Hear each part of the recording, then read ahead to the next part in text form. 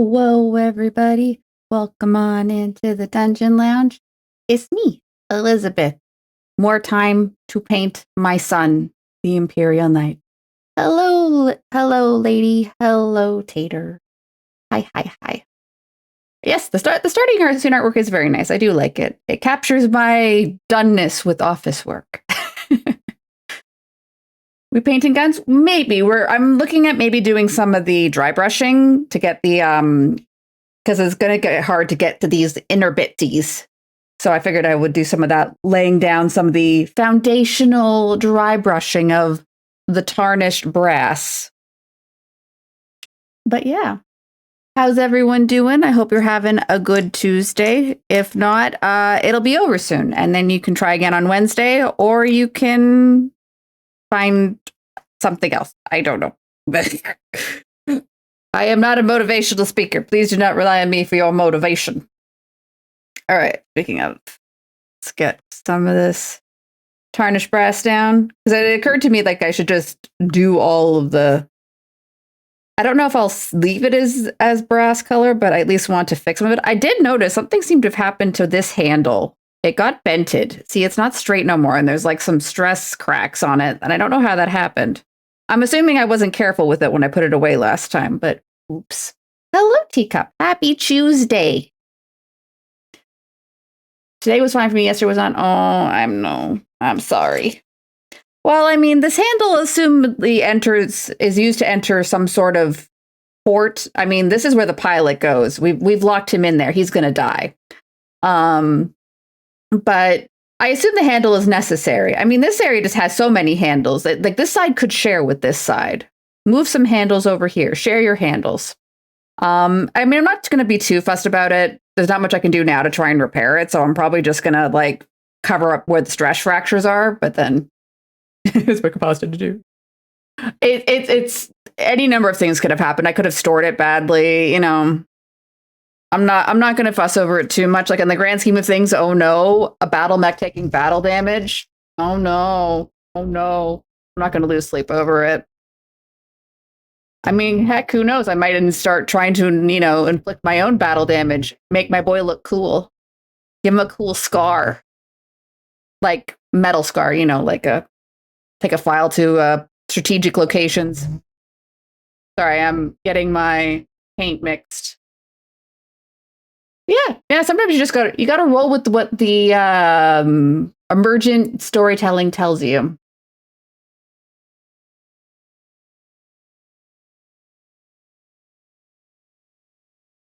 There we go. Some lovely tarnished brass. I think I'll start with this gun today. Oh, I want to get... You go over here. Yeah. All right. I'm going to put you down. I have to get my dry brushing.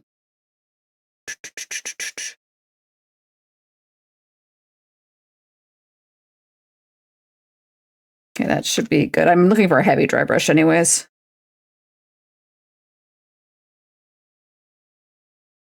We're going heavy. We can always add more dry brushing later. You can't take dry brushing away. So saith the wisdom of painting people.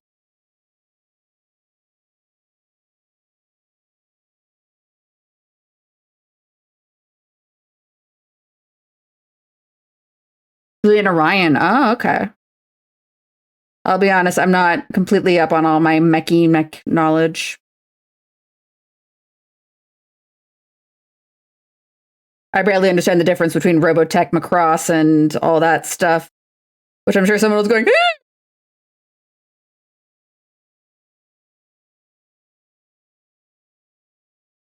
It's coming up very light. I might need to go heavier. Yeah, it's okay. Or my paint's just very thin. Yeah, I can't unsalt the cake. There we go. That's getting more to the color I want. Okay.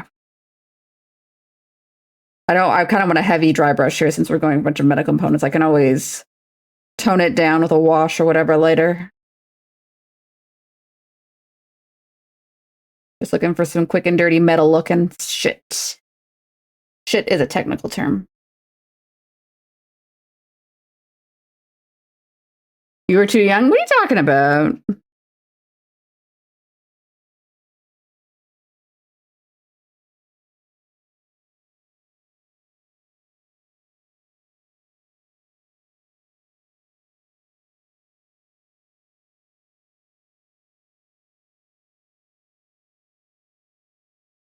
Funny how many like AMVs I saw over the years of Macross. Never watched the show, but tons of AMVs.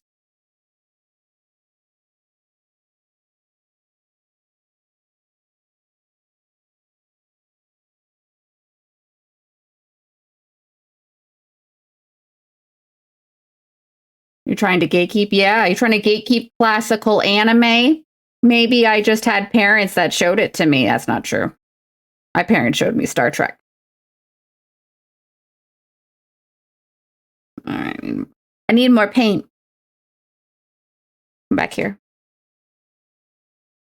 We're going to Space Maid's document. Oh, cool. And each one's unhinged. Yeah. Well, I mean, my education from my parents included both Star Trek, Star Wars. I got all the stars.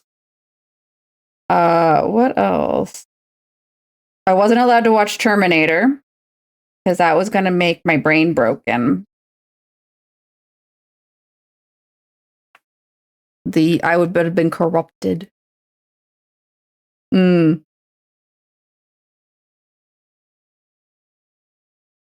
Airplane was also part of my formative years from the parents because they thought it was funny. I always thought it funny that they were like, can't watch Terminator. Why? Because it's gonna ruin you or something. I mean, well, they're like, but here, you can watch Airplane, which is like in hindsight, like, I think that one will ruin me more. Whatever, I'm not complaining.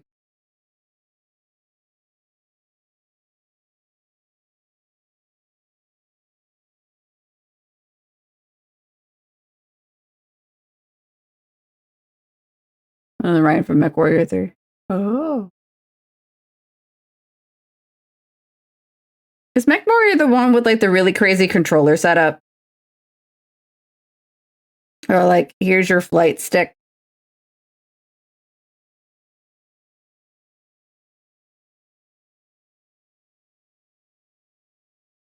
I don't know. But yeah. Unfortunately, no Sasha today. She had to go do the workies. I'm sorry.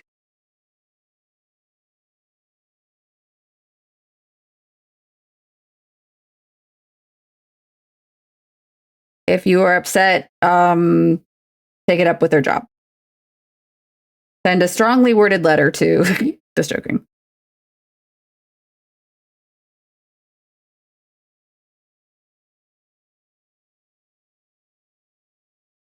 Are you thinking, was it Steel Commander? Yeah, Steel Commander sounds right. You know what? That's probably more right. That's probably the white one.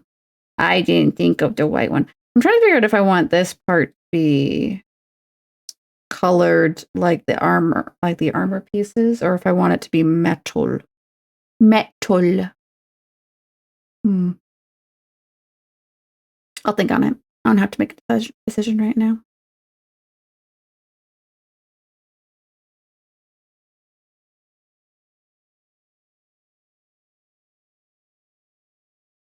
I don't know now.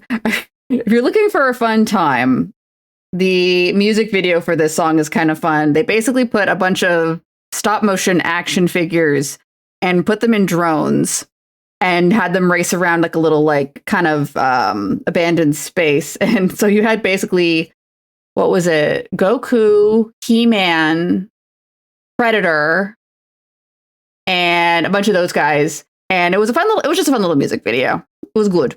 Little fun time.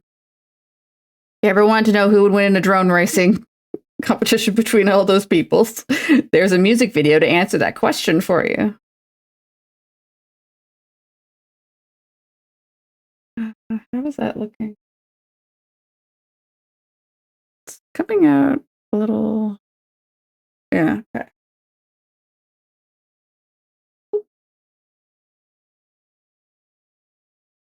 Mech Warrior Suits does have some odd setups. Yeah.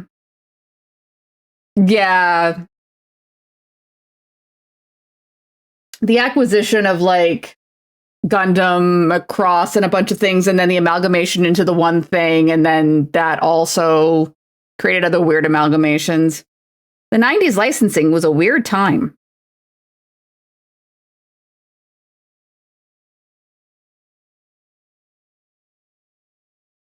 Sorry, 1 second. Excuse me.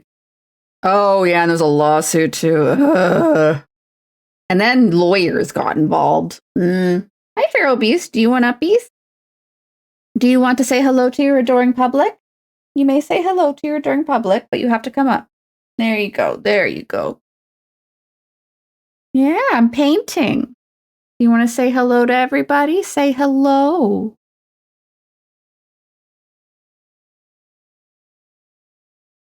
You're the reason why my models are covered in cat fur.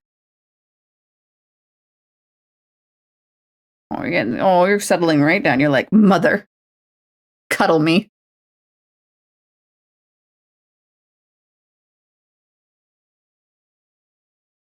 Yeah. Oh, sorry. I'm hiding your pretty face from chat. I've barely been painting 5 minutes, and it's like, cat break. Hee hee.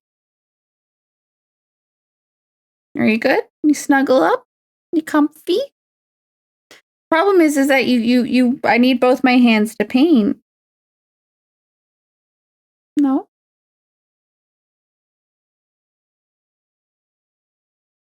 Can I paint? Can I? Oh. I don't think that was a yes. Yeah? Chin, chin, chin. Battletech has remained Battletech for the most part. They did the lawsuit stuff with Macross because they... Oh, yeah.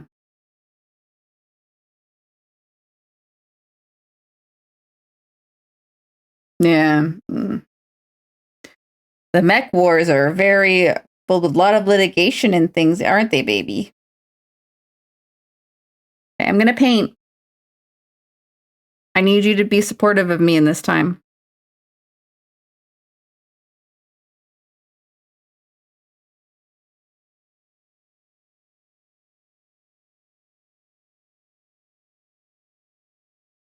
I am.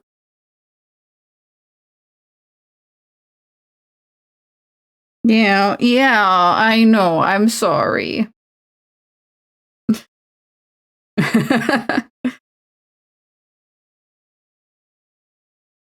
Yeah, though I'm sure there is no end to documentation available about the great many lawsuits that have emerged over the years over who can make the most money off of mechs in North America.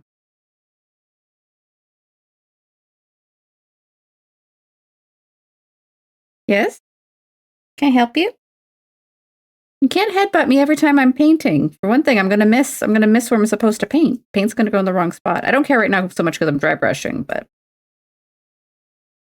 if I'm doing detail work, don't give me those innocent eyes. You know what you're doing. I know. I can see what your little zero cell brain is thinking. It's thinking, how can I cause the most mischief? I'm very sorry. I've been distracted by my cat very easily. All right. I think I might just paint down this whole...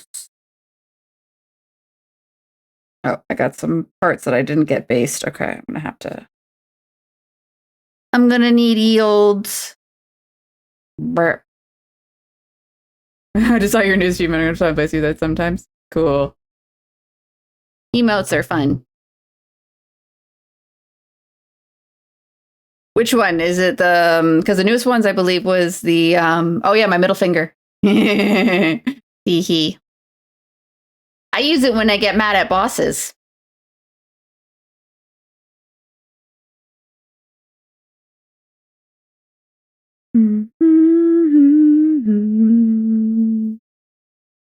Get my brush. Where are you?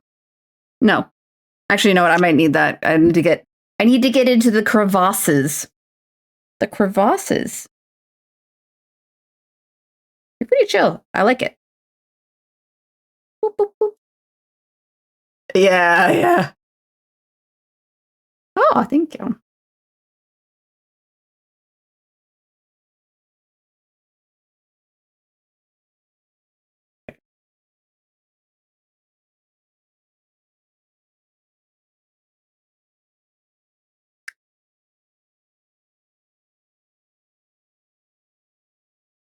I'm gonna move you. Bye. Bring over forbidden paint water.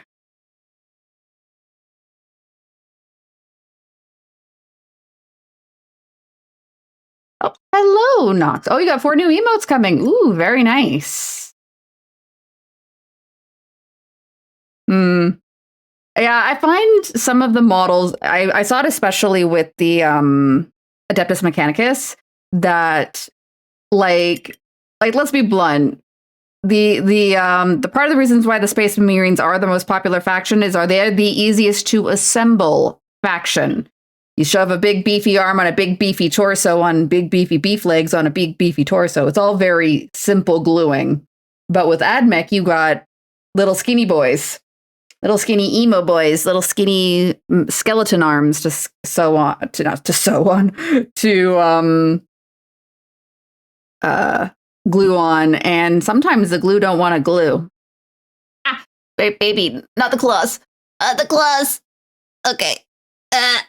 Okay, if you're going, you gotta go. Okay. Yes. Hello, 16 boat. That is Feral Beast. She's being a butt. Gotta get some spots I didn't quite get based, so I'm just gonna fill them in now before I get laid down.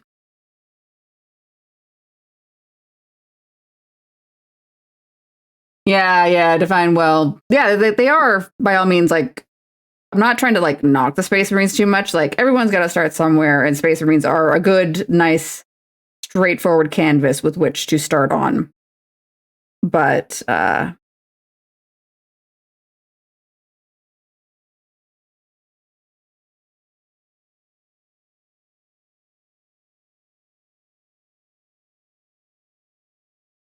Sky Pies have a diorama. Clan Wolf versus Jade Falcon. Interesting.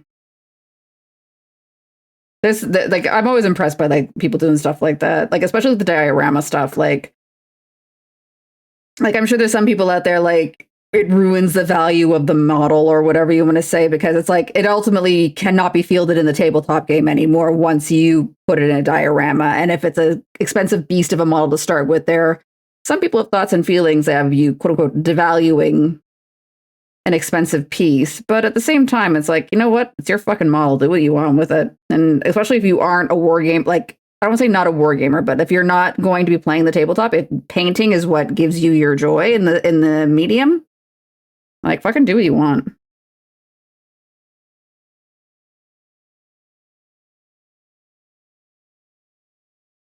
Like just because I play video games doesn't mean I'm required to play all video games. I find like ones that speak to me and I play those. The ones that make me cry. Ooh, me and Much the Planet. Oh, cool. Oh yeah. The internet is listening to you, Tater. The cookies can hear you. The cookies are sentient. I say that as a joke, but it is kind of true. Like, I'll be honest, like, I don't know how many times I've been like, wow, maybe I want to get a new gaming chair or whatever for my desk setup. And then my phone for like the next 3 weeks, the ads are all, hello, have you heard of Secret Labs? It is. So if I've ruined your Google or analytics or whatever, Tater, and you're now being advertised Secret Labs, you're welcome.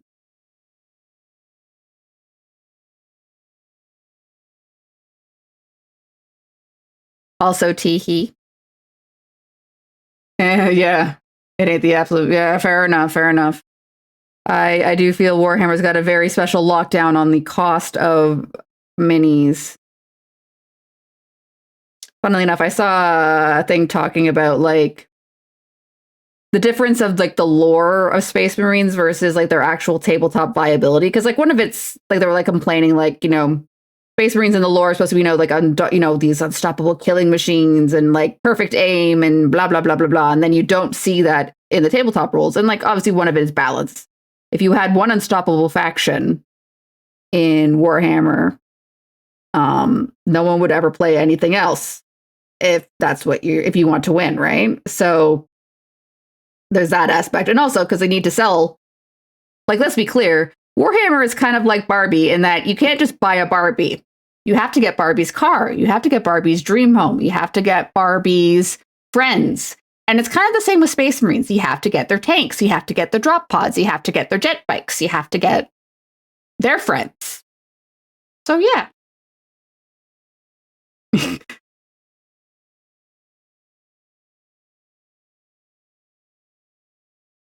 And now that I've compared Space Marines to Barbie, you're welcome for that, juxtaposition in your brain. I'm pretty sure there's already somebody who did like Space Marines in a Barbie color scheme. Yeah, it's true. I mean, I've seen jokes of people like taking a rock they found outside, painting it blue, and saying, "This is my Ultramarine Space Marine proxy." And honestly, like, hey, like, especially like, like for like little kids, like when you're 8 years old, like you can only get the shit your parents buy for you, right? So, if you're like, you know what, parents ain't gonna buy me enough Space Marines to do this, I'm just gonna have to use the power of my imagination. And hell, that's what I did.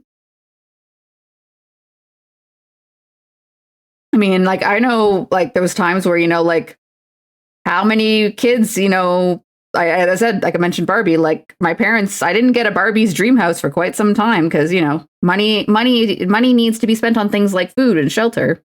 And, how many times did I take a shoebox and been like, all right, time to make Barbie's dream home. Let's get some glue sticks. Let's get some popsicles. Let's get the power of creativity and some paints. And we're making Barbie's dream home in this shoebox. We're going to Space Marines. Yeah. Oh, nice. Wow. Yeah, 3D printing, I think, has really opened up a lot of options for people. And I'm very appreciative of that fact. Because, like, there used to be a lot of, like, I wish, I had XYZ thing. And now, if you are fortunate enough to know someone who is competent around an STL file, it can exist. And, like, while the cost of 3D printing can be very prohibitive, like as an owner, like there are a lot of places now that like offer services where it's like, hey, send me the file and I will absorb that cost for you. And I'll just kind of like charge you like, because like say for instance, there's like a place like that I have in my area near at a flea market.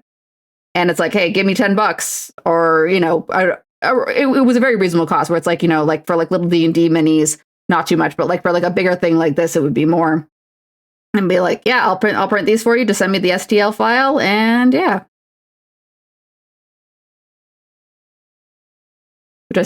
Yeah, it's true. There aren't enough dresses in Warhammer. Not enough Lolita fashion. All right, did I get all the holes? I don't want to worry about this. This is the join point. We don't put paint in the join point because that weakens the join. Oh, there's a little spot over here I missed.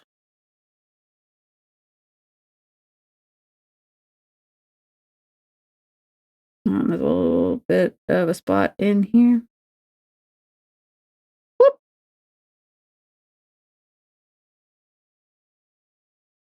Sometimes it's hard to tell. Did I miss painting this or is it just the shine, like the reflective whatever coming off the model? Oh, I missed a spot here. Yes, more fashion in Warhammer. I know. So focused on the war part that they forgot about the fashion. And the thing is, like, I've seen some like art and stuff like that. And there's some like, especially like when you see some of the supplementary material for like Necromunda, like there's some really interesting like fashion stuff in the gangs and stuff like that we don't get to see regularly. And it's annoying because that's what I care about in my world building. I care about fashion.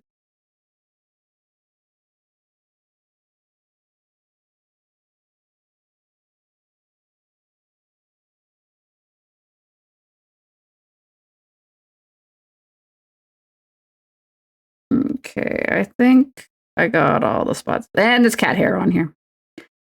Feral Beast, what have you done? What have you done?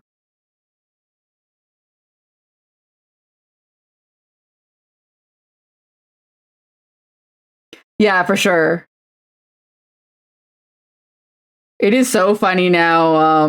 I saw like a little like I don't know if it was a TikTok or a YouTube short. It might have been posted on both, and it was the voice actors of Mael and Verso running around filming all the Expedition 33 cosplayers over at Gamescom. Like they're primarily focusing, as I think I've mentioned before, they're primarily focusing on the baguette costume because, like, let's be clear, it is the easiest. If you want to do a quick cosplay, get a striped shirt, get some black pants, get a red scarf, you're done. You know, style your hair to the character you're trying to match, and you got a good head start. So, oh wait, actually, there's some parts I missed in here. Oh wait, I wasn't worrying about this part because once the pauldron's on, I'm not going to see. There's some parts in here I missed, but like once the pauldron's in here, you don't see those parts no more. Which is something you have to sometimes keep in mind. Is like, does it matter if I paint this? Will it not be visible in the finished product? So now I'm not going to worry about it. Fast and chill. Oh no. Then why are you fishing if you don't like to fish? That's a very specific denial. Yeah, yeah. Ugh. Wake up.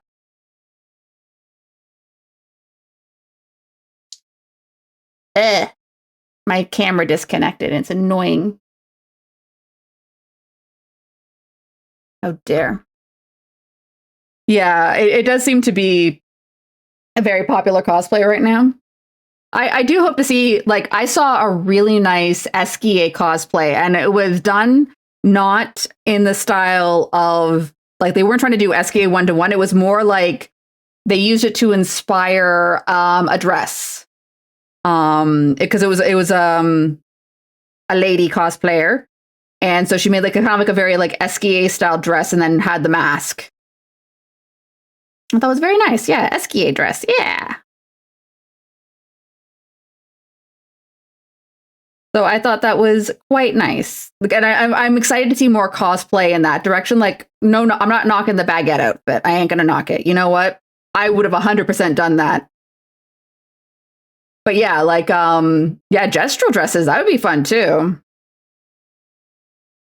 Honestly, I kind of hope, like, I know, like, say for instance, like some of the Persona games and things like that, they'll do like collaboration fashion where they'll be like, oh, here are some hoodies, here are some, you know, inspired, you know, clothing. I kind of like to see the same for Expedition 33. Because, like, imagine, like, not that like Expedition 33 invented it, but like a lot of that black and gold, like the black kind of metal or stone look, and then like the metal golds kind of like filling in the cracks. I'd love to see some fashion with that kind of like as the base, and then also like, you know, adding in some Expedition 33 flair to it. I think it would be quite lovely. And that's the thing is, yeah, black is a good.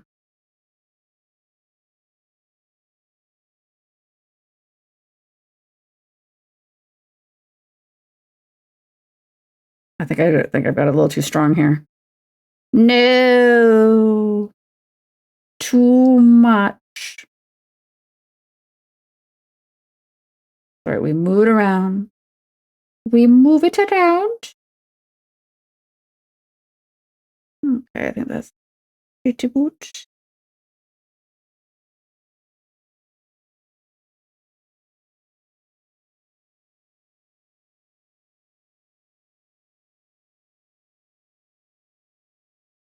Oh, teacup. I meant to ask. Did that hurricane pass you on by, or is it still like looming and being scary? I hope it has passed you by. But I did want to kind of like follow up on that, make sure it was all good.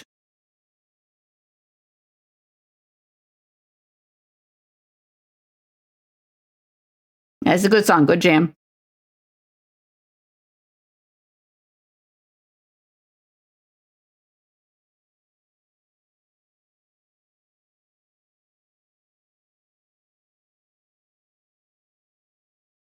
That's one thing I have to say. Like, I've never quite adjusted to. Like, say for instance, like with music, like with this, or like seeing things on the news. I'm not used to the quote unquote nerd culture that I spent like let's be blunt. I spent parts of my life getting bullied for enjoying, and now it's the mainstream. It's kind of surreal, and it's like, what is this, y'all? What the heck? I just got like 13 now. Oh, ooh, someone's trying to find you on the YouTubles, or maybe a bunch of videos went live.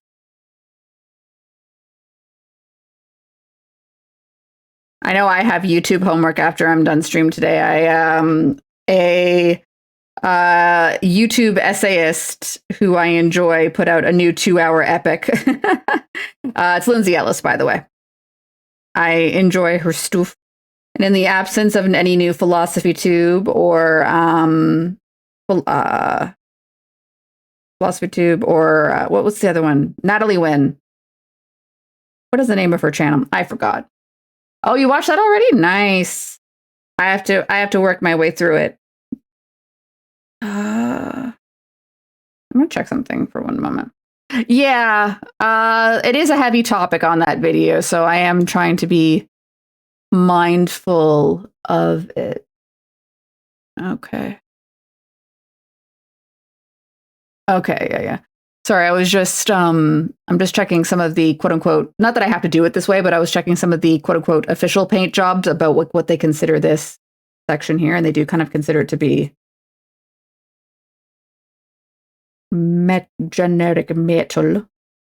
And if I can always change my mind later if I want to paint the plates. Yeah, 100%. Yeah, we don't need to talk about that shit. We're here to paint a mini. Okay, definitely this is the cutoff point because this is going to be colored for sure. Get my CanCon in early.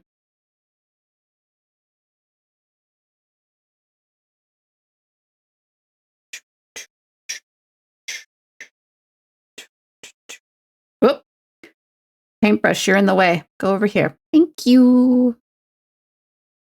Chill vibes only. Nothing bad is happening outside. Oh, it went past. Oh, good. Okay. I am glad to hear that it just blew on by. And hopefully you just got some cooler weather. I know it's gotten significantly cooler here. Like, we're not getting any temperatures above 20, which I think in the realm of Fahrenheit, I think that puts it around 68 to 70. I could be wrong, but it has gotten significantly cooler.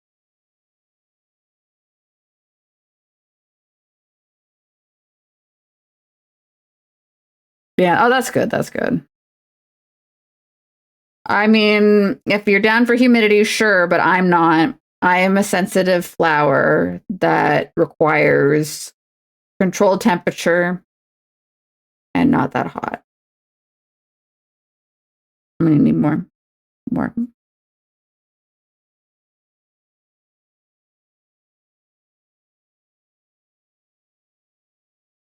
Bloop, bloop, bloop, bloop, bloop. Yeah. Yeah. Only vibes. Well, painty vibes. Oh, I took way too much paint there. Work it in. Work it in. Work it in. We want a good impression of it, but we don't want to go to FB. There we go. Oh, Jesus. CanCon continues. It's so loud.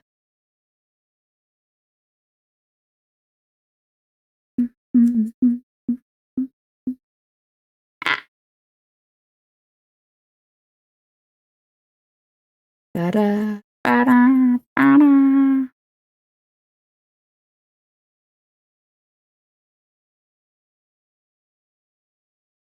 There we go. That's better. Woo, CanCon. Yeah. Come to the Dungeon Lounge. Receive CanCon. Mostly because by default we are Can.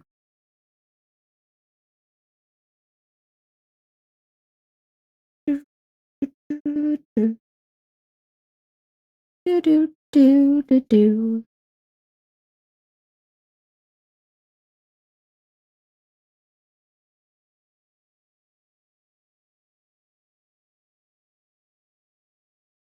Ba-now, ba-now, ba-now.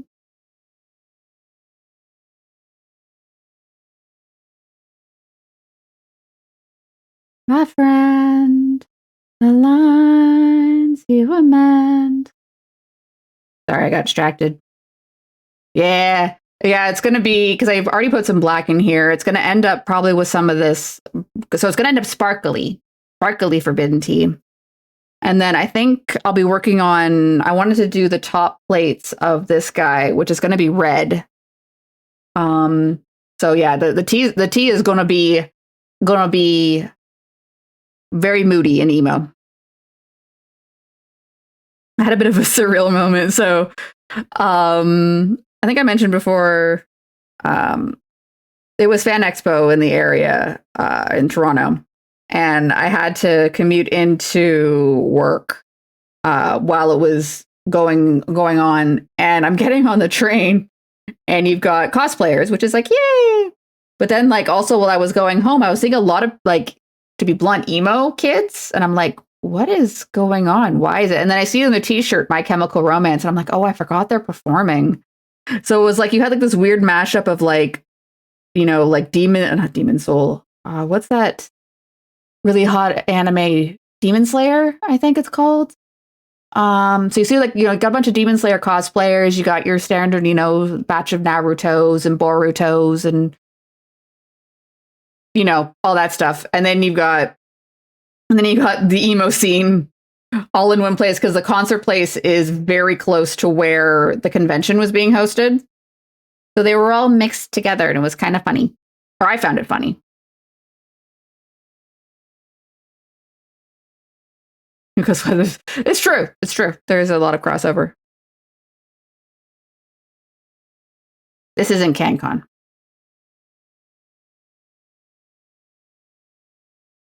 Oddly enough, it's a Japanese band, I believe. Okay, that's not bad.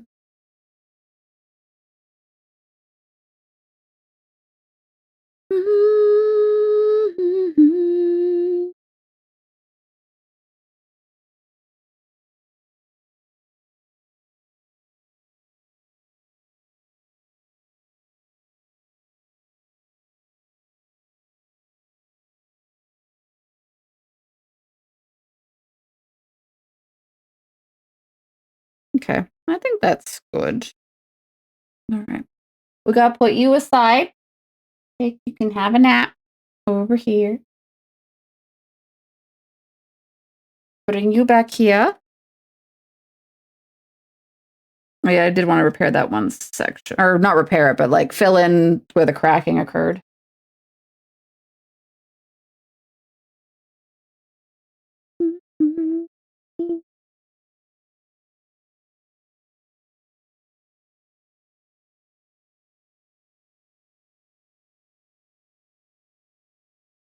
I've got it here. I think I'm going to try and fill in these smokestacks a little bit. Or vents. I do not understand how the mechanics of it this boy works.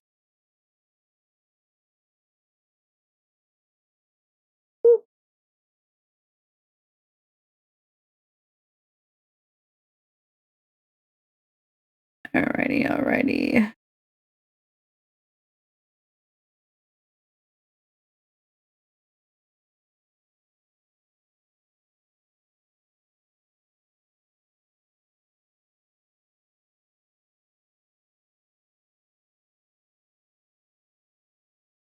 I saw an announcement today. One of the companies that they don't make minis, but they make paintbrushes and paints and like a lot of like extra stuff, like the stuff to generally make your models look cool.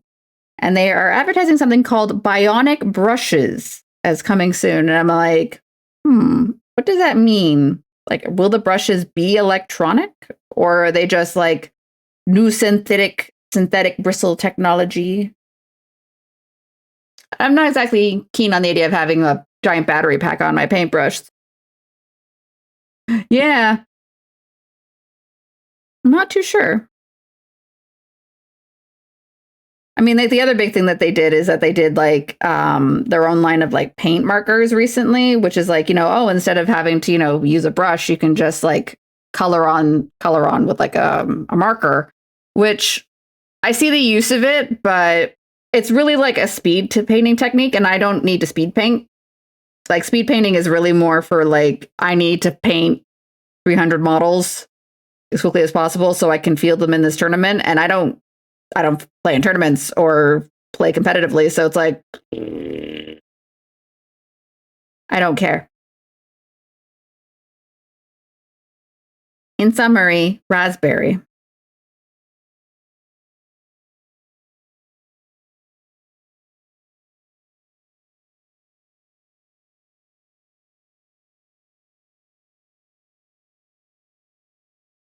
Notice there's a little bit of gaps in the paint. Oh, just a few other areas I gotta fill in. Hee hee. They're neat. It is one of those things where it's like I like the idea of paint markers, but not for miniatures, if that makes sense. Yeah, kill team stuff. Oh, that's nice. Yeah, I feel like that would be more my speed. Is like if I were to do like a full on unit, it would be a kill team size, and it would again. I feel like it'd be something like I remember one thing I wanted to do, like like say for instance, like oh, this is the D&D party for the campaign I'm in. I want to paint models for all of my party members. Like that's the kind of thing I want to do. Like when I do like group projects, right?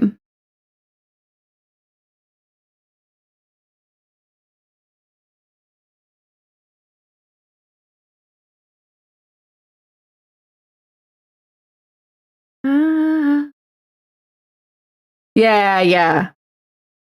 Because like say for instance, like one of the models I did, one of the first models I did when I started doing the Tuesday painting nights was an old Exalted character.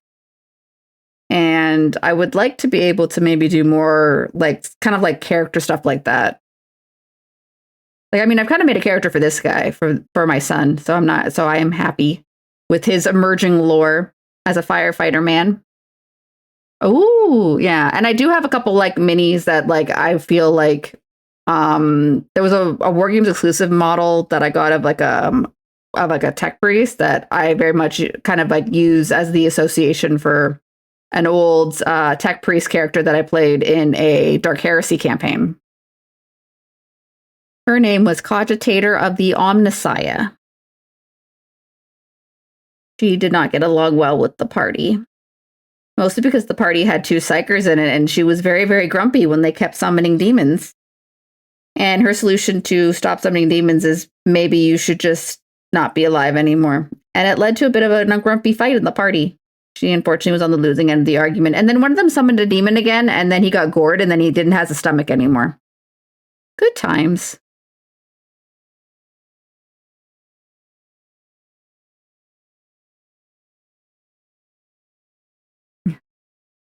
Oh, Rattling Sniper. Cool. Had a sister, normal guardsman, Casco gunman, tech ADEP. Okay. Cool, cool, cool. That's a pretty good mix of a party. I find you do have to be careful sometimes with your party mix because, like, if you got like, say, for instance, like, a zealot character, and then you incorporate mutants or what have you. There's sometimes where the lore is like, in a purest sense, these two groups can't get along, but the Imperial Guard is the ultimate balancing factor. I find sometimes you just gotta be practical.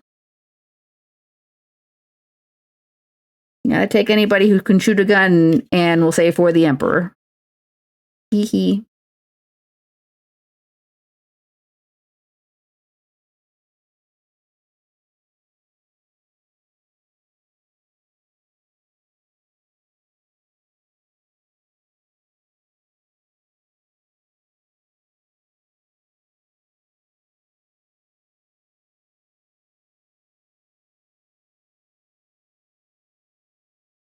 Don't mind me. Sorry, just a little focus mode. Oh, Cackle Guard's been accidentally somewhat min-maxed. Oh, wow. Oh, glass cannon character. That's when you have to like perfect like the fastball special. from like, well, I guess that's an X-Men reference, but like you basically where you just grab them and just yeet them across the field, get them into melee range with whatever you want to kill. Go whoop, whoop.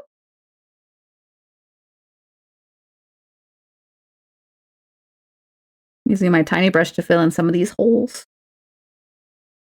Or fit in.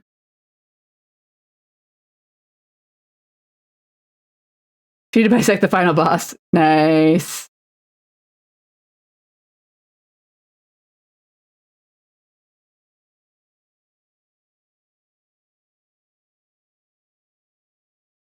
Sometimes it's cool. Sometimes it's like, for all intents and purposes, it's nice when you get that kind of like cathartic victory.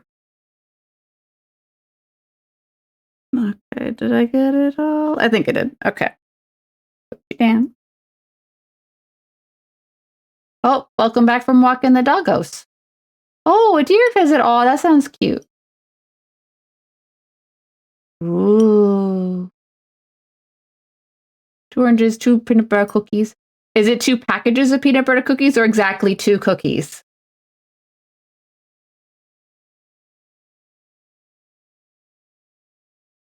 Inquiring banshees require answers.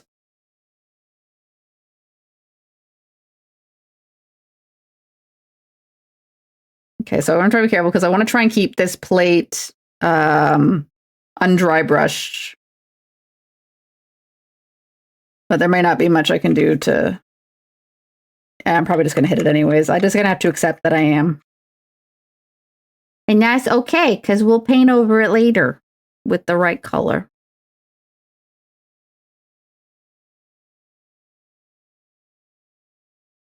Oh, sorry. Oop. Ah, that's nice.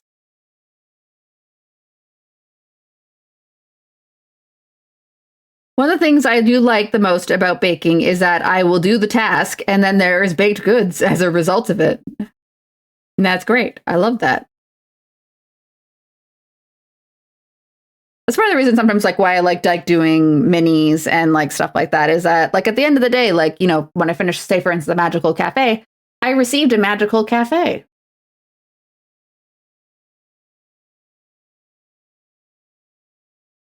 It's kind of neat to have like a little, I don't want to call it a reward, but like the thing that you're working towards is received in the end. Oh, okay, fair enough. Oh, it's amazing sometimes like how like I don't want to say like stuff gets for like sometimes like the working memory that is retained even as like sometimes like other stuff may change. Because like certainly like I know like speaking somewhat anecdotally with my mom, like there was some stuff she remembered, even though like for all intents and purposes, like a lot of it was also just lost as well. So oh, sorry.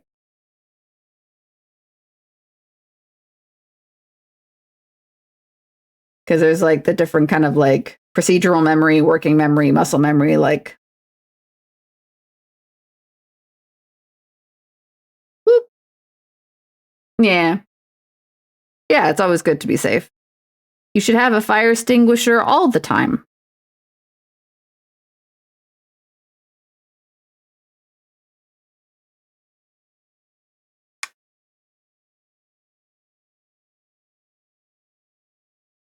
Fire extinguishers are good. They are for the safety.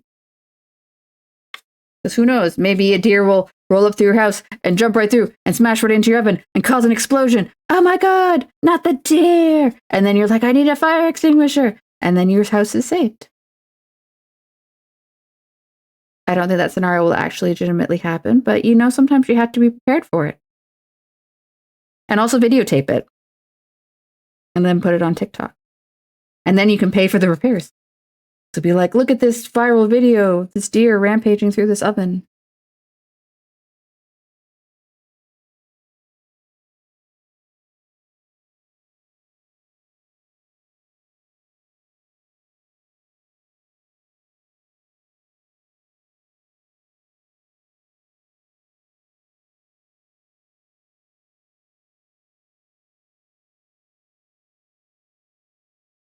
Yeah. Metal time. Hmm. Yeah, I remember one that my mom mentioned to me and my sister, which kind of gave us like a little like, is she's like, oh, I was having a lovely hallucination. And the thing is, she knew for what it was. Like she knew what it was, but she was still like, I'm down for this. And she's like, oh, it was a lovely hallucination where I dreamed I had a grandson and I was playing with him right here. And it was such a lovely time. And I was like, okay. At this time, she did not have any grandchildren. I've mentioned my nephew before. My nephew was born after my mom's passing. So, I mean, on the one hand, she did accurately predict the gender of her first grandchild. If you believe in being able to foretell those things. But like on the other hand, it was also a 50-50.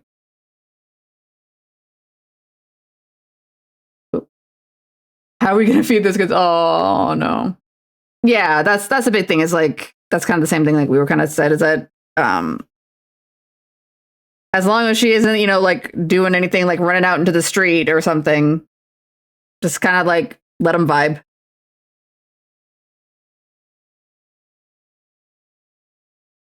Because that was one thing like I remember was like I was kind of the most surprised to learn like when I kind of like did some like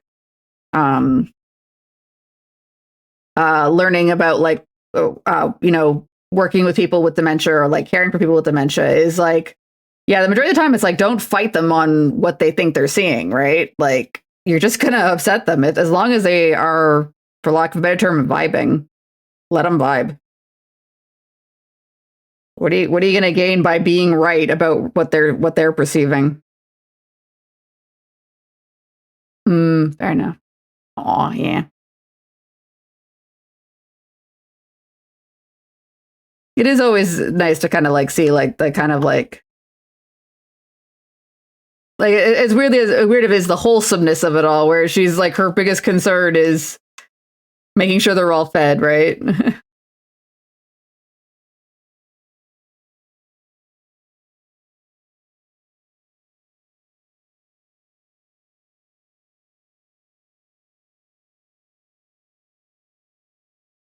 Okay. I'm gonna need some more paint.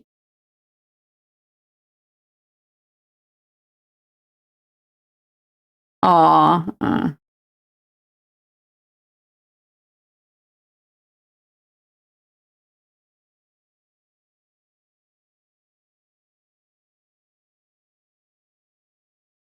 It's always a bit of a double-edged sword. Like on the one hand, it's like, oh, it's kind of like they had a nice moment or whatever, but on the other hand, sometimes it is hard to watch as the caregiver. Especially when it's like your parent or your sibling or whoever, aunt, uncle, or whatever the relation is, right?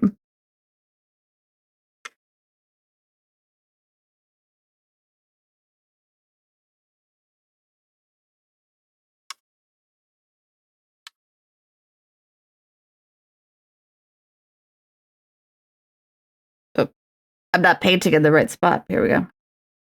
I have to paint where you guys can see me do it.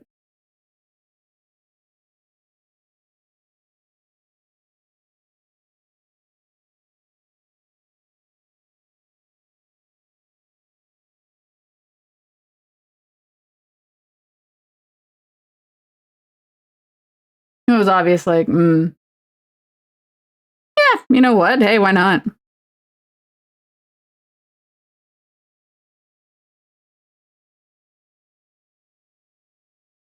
Like, let's be clear. Like, if I had a hallucination and the hallucination was SK and Minocchio coming for hangouts, I'd be like, I am fine with this.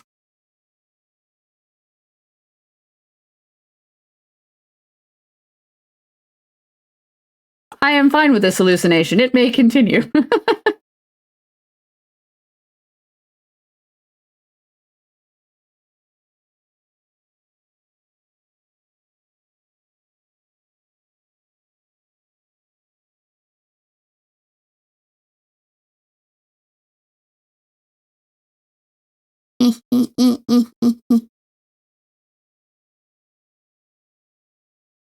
Oh, oops. Oh, I almost. I knocked my paintbrush. No. Crazy old lady is what triggered it, unfortunately. Which is They labeled it as misogyny. Mm. Oh, God.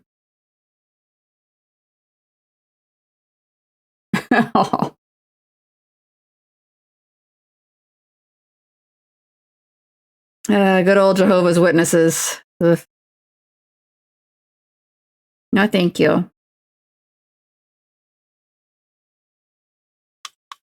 Just leave me to my sin. Thank you. My sin includes cookies.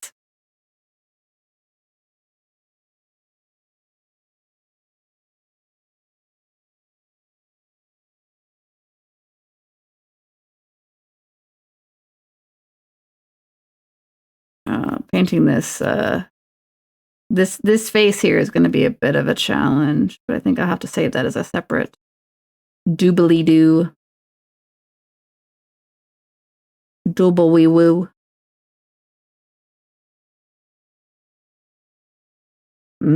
Yes. Not bullying of the streamer. Maybe. I don't know. Don't bully me. I personally do not condone bullying of me. But I wasn't going to worry about that area because they're going to get covered up. I think that covers. How's that?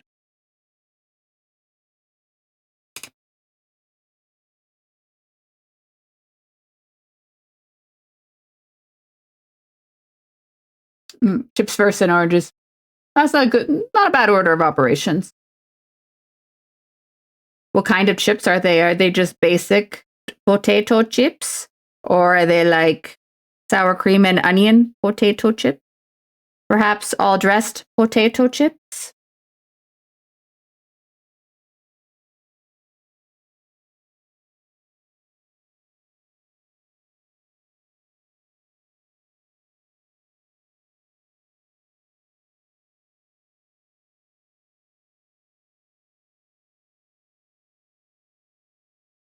Snack size Doritos. Oh, one of sour cream and one of nut. Sour cream is the superior chip flavor. So I applaud this.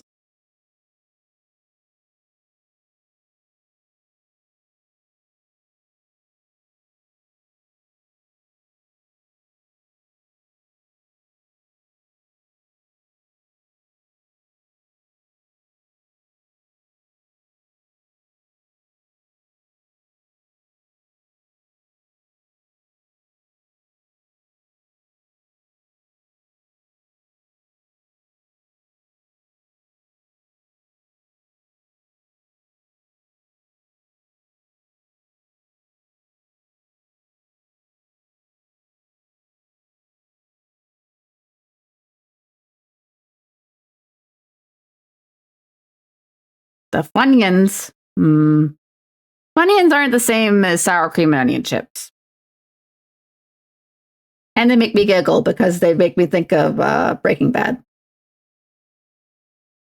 Hee. Oops, sorry. I didn't mean to hit that.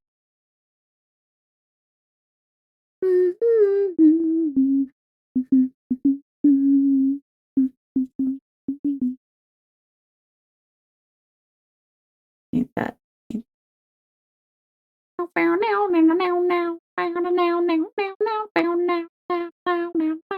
Sorry.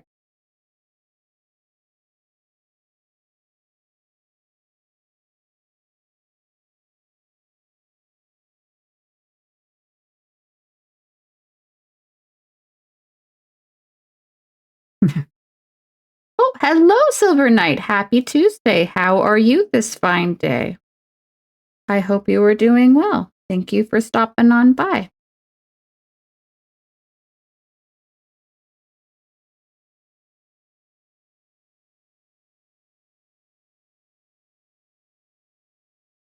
I think that's pretty good. So I think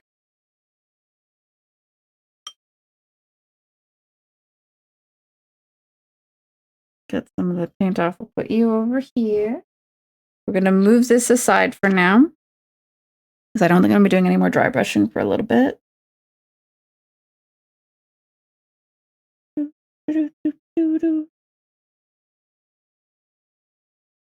All right.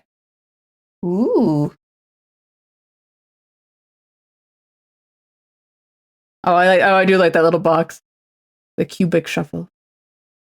Metal Gear.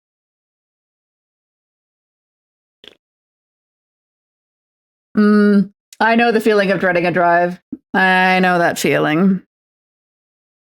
I not I don't like driving. I have firmly said that despite the fact that I have my license and things like that, if I had like a chauffeur at all times, I would 100% go for it. But unfortunately, I can't. I have to drive on the road. Like my main thing is like with anything, it's like, you're on the road. Like when you make a mistake, guess what? You need someone to ride with you? Fair enough, fair enough. Honestly, I prefer to drive alone. Like, not that I dislike having company, but I find my attention does better because I'll just like put on music and just get from point A to point B. But that's not always possible. You can't just be like, I'm driving myself here. Fuck you. You don't get a ride. That's not nice. You have to drive. Sometimes you have to drive other people. Paint piece. Oh, there we go. Oh, you're very thick today. That was very thick. You're going to need a little bit of helping hand water. And then what brush? I think I want to use a bit of a wider brush. This one? It's a little separated, but just want something for that wider area. You're too big. You're too big. I think you're the winner for now. Yeah. Like I find like I don't want to say like I'm being judged because like most people are judging you while they're driving, but like there's like a feeling of like if I fuck up, they die too. I mean, I don't even have depth perception. Though I know after a certain distance, like even having two working eyes doesn't really change your ability to perceive depth. It's hard. But I also find like, especially because like with the timing I have to take trains and stuff like that, like I often end up having to do like a lot of like driving where it's night or very dark. And I don't know about you. I am very, very frustrated with the amount of cars that have these big ass LEDs on their front. And like, be clear, I do not live in an area that justifies having that much brightness in my face. Like there are ample street lights. There is like ambient light coming off of buildings and stuff like that. And it's just,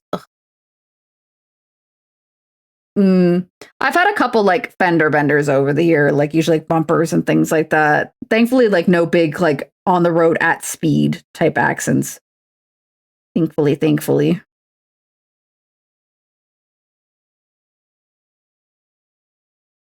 Am I gonna marry tonight?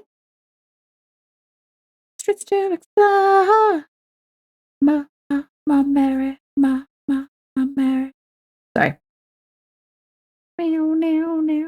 Oops. I was trying not to paint that, but oh well. It's fine.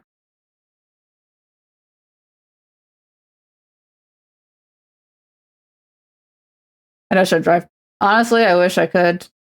Do like the high riders because yeah, same here. 100%. I agree with that. I have a smaller sedan as well, Silver Knight. And yeah, you're driving and then suddenly like your rear view mirror is just high beams because there's an SUV or a stupid ass truck. And let's be clear, like again, I do not live in a rural area by any means.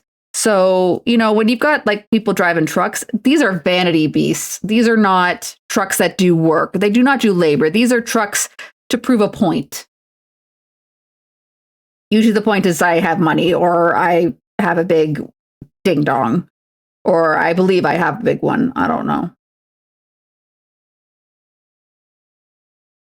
Some people get a Corvette to prove their status. We get a lot of people here who buy fucking trucks. Fucking trucks. Like, like say for instance, like in a rural area, I will not begrudge you needing a truck to like carry stuff or whatever. But like here, there is nothing you're moving here that warrants a truck. Yeah, because you want to be to drive because my dad's out driving. Ah, gotcha.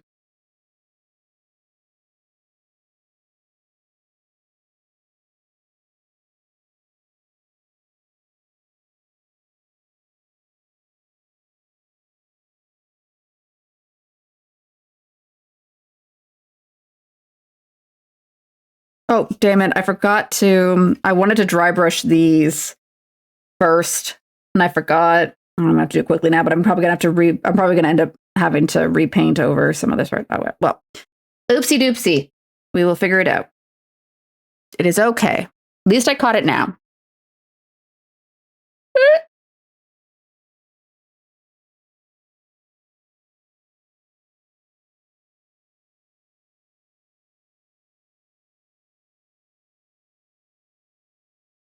No worries. No worries. What's it called? Okay, I've got a lot of water in here. Can't dry brush when your brush is not dry. I'm gonna need some more press too.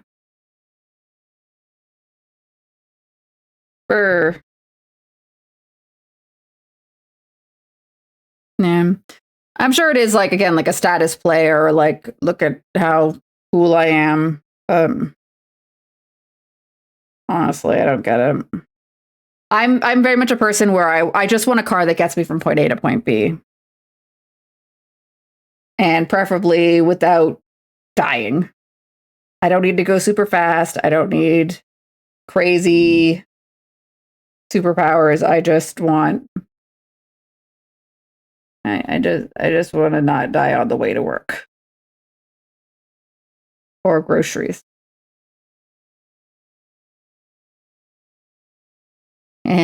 Captain Jack.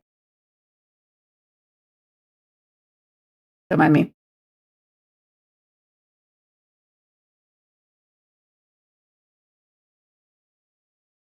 Oh, we got the full intro. This isn't the DDR short mix. We got the full one. I'm sadly kind of fucked with that family right now. Apparently having issues. Oh, yeah. Yeah, 100%. Yeah. It is frustrating. I don't know what it is like for you, milady, but for me, I live in an area where there is public transit, but it is very much it is best to have a car. Like the public transit isn't going to be suitable for like say for instance for me getting to work in a timely manner, or in this case getting to the train station. Taking a bus, it would be like 40 minutes for me to get to the train station. And it's like 15 when I drive. So that time matters in my life. And there's also just some places that just don't have accessible transit. So it's also, I'm sorry to hear that. Because like say for instance, I do have some family members who like live in certain areas and they don't have a license and they're fine with that. Like they don't they are like like in like one of my aunts is like in the an area where it's like, she can just get on a streetcar and she's good. She can get anywhere she needs to go. Which is good because like in her case she's also had some macular degeneration in her vision, so she can't drive even if she wanted to. Right, left, the military step, the Air Force rep, step into the best, go left, go right, go back up your step, go left, go right, go left, go left. Oh, you want to move to the Netherlands? Oh, that's cool. That's the newest Dungeon Lounge member, Grim, he originally came to Canada from the Netherlands. Oh, she's I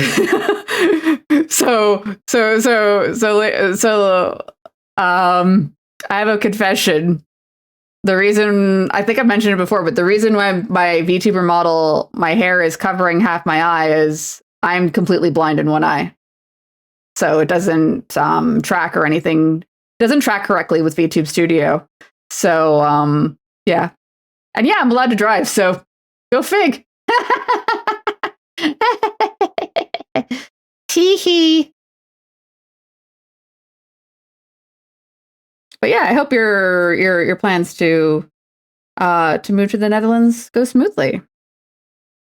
And yeah, like I mean, very much for Grim, like he left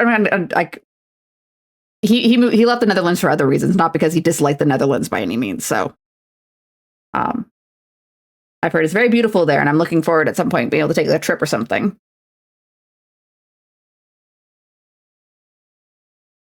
I try coming out to Banks as we see it. Yeah, yeah. In my case, since I'm totally blind in one eye, and there's also damage to it, I wear something called a scleral shell, which is basically a fancy term for a giant resin contact lens that hides the damage to that eye, but it doesn't track well at VTube Studio. Spending most of our lives living in a gangster's paradise. I probably should sing along with this. I'm very white. Sorry, pale blue. At the moment, just waiting for mom's surgery. Gotcha. Oh, that's good. Oh, that's awesome. That's great that you've got a support network waiting there and ready in there waiting for you. That's awesome. Immigration is by no means cheap and or easy. It is a lot of work. So I hope it goes all smoothly for you. And also, I've heard, like, I'll be honest, I've heard the wargaming scene there is awesome in Europe. Could sing amateurs. Yes, it could.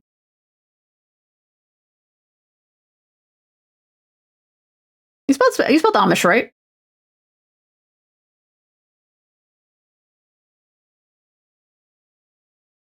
Tell me, why are we so blind to see?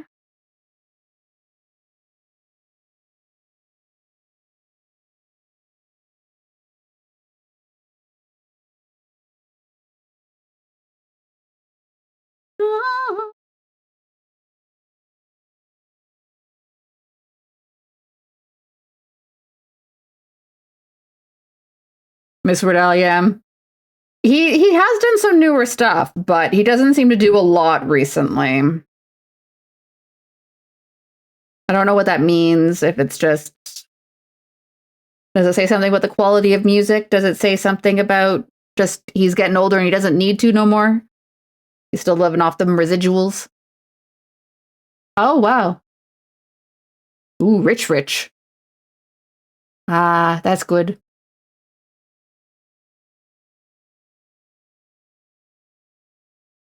Okay, I think that looked a little more to fill in.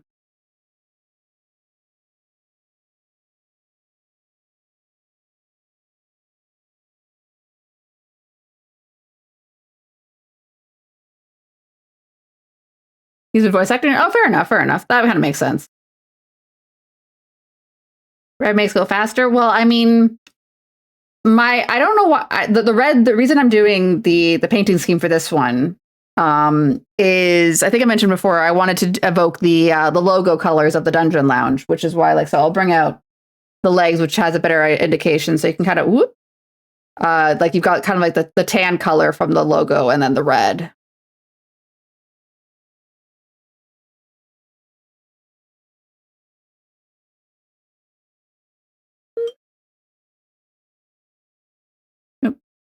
Good for the art form. Oh no.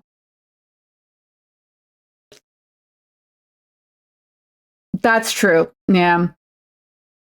I will say that's kind of been something that a lot of people have commented on, because it's not just in music. There's been, I would say, overall a fragmentation of media, and I'm not saying that's bad or good. It's more a sense of just in the ages of, there isn't like a common place where everyone goes. Like it used to be, like, especially for North America, if you wanted to consume music, you went to MTV. And if you didn't like what was on to MTV, well, too bad. That was where you went. you would have the radio, but the radio is really only going to be either Emily Ling was also on MTV, or you go find like a station playing classic rock or whatever. So whereas now, like with the advent of the internet, and also honestly the ease at which people can produce music without having to go through a major studio and needing to like get recording time and things like that, you get it opens up the fields, and it's not everyone going to the same place anymore. Yeah, he is aged very gracefully. May we all age as wonderfully as he, except me, because I'm 27 forever, and therefore I do not age. Hee hee.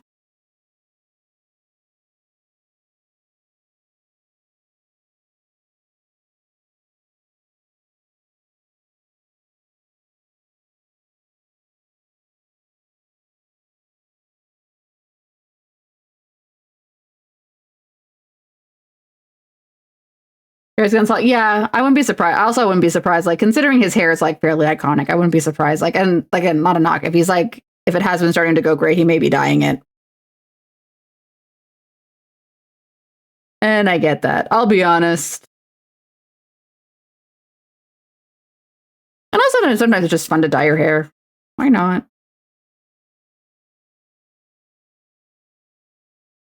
Whyest nottest. Sorry. Oh no. Probably a turtle or something. Or like a elephant. Because there's some stuff that can there's some animals that can get pretty old. Not reptiles. Yeah.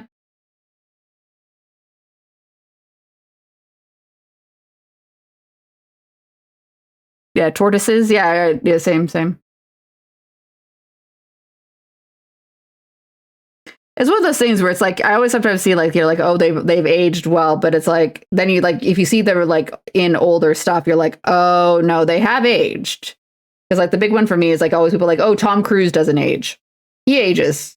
It's like he's aged well, he's aged gracefully, but he's aging. The boy is aging. Weird Scientology boy is aging. Don't you worry. Don't you worry none. Not that I think anyone here is particularly worried about the aging of Tom Cruise, but should you be? Don't worry. Immortal jellyfish? Oh. Reptiles of the species, yeah. Because like also I think there's like isn't there like a certain type of like starfish that can like regenerate forever? Or like a lobster that can do that? Sea life is scary. Don't Google sea life. Like people are like horror movies about like weird space aliens, and I'm like, no, horror movies about weird immortal starfish. Because they have like something in their something or other.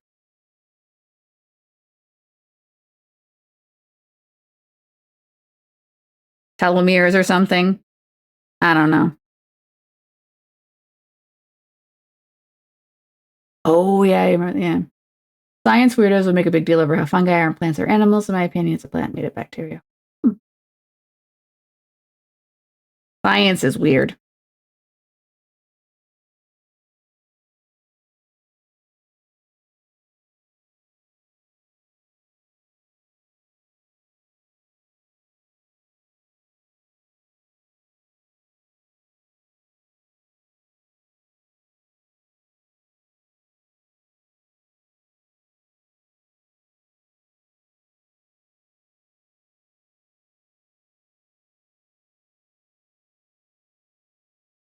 Fungi are weird, the one that turns ants into zombies. Oh. Isn't that what's happening somewhere? They've been showing all those photos of rabbits.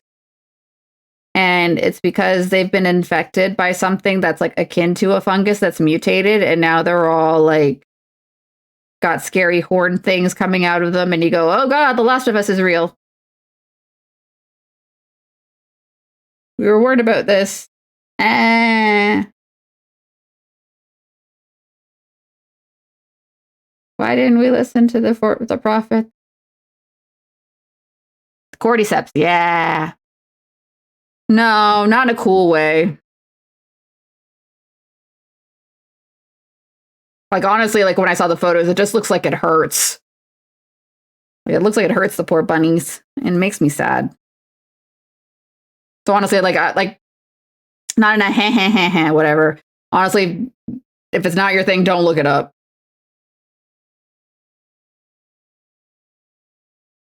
It may just be depressing.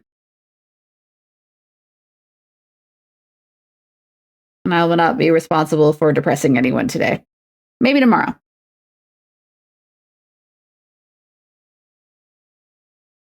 Weird to think, like, I don't know about you guys, but I find this year overall, but like the summer especially, like even though some of the days, like especially the hot days, have felt like they've gone quite slowly. Like overall, I find summer has gone quite fast. Like I'm like, holy shit, like this is the last week of August. It's September next week. What the hecky? What the hecky? When did that happen? Out of my way, nobody would feel pain unless there was a good reason, like every toe. I would argue that corners shouldn't hurt your toe.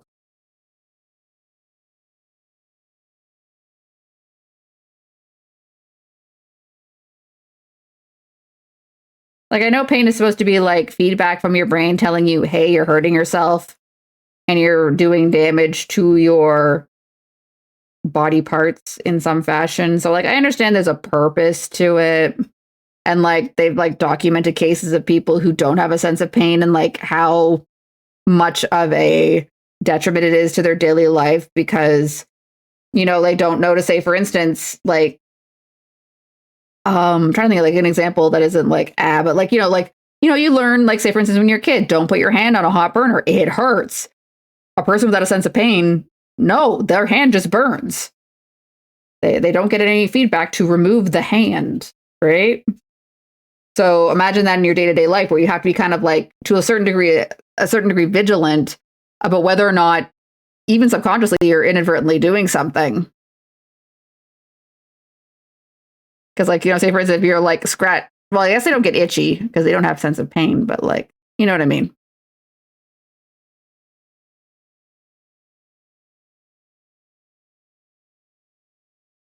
Does the paint ever get darker when it dries? Sometimes it can. The color can definitely, like, I don't want to say change, but it can like mature. I don't know what the right word is for it, but like I know I need additional coats. Don't worry. More coat. More. Ew.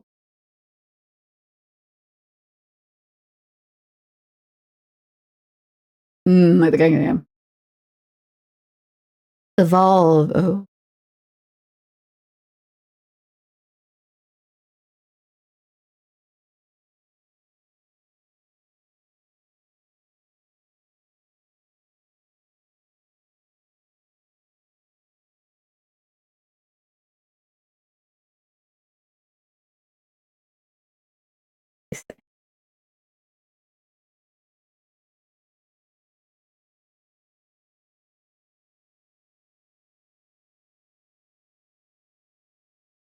What's your favorite song by this band?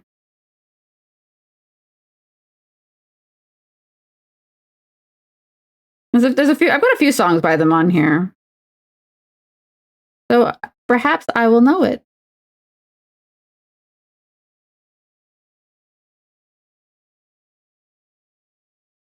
I need more red.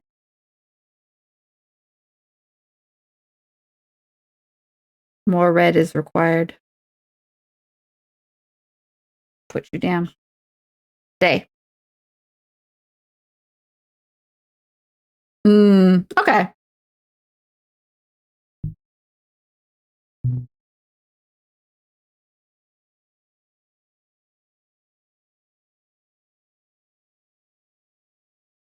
Untraveled Road. Yeah, I've got that one in here somewhere, I think. I think I've also got Red is the other one. I think.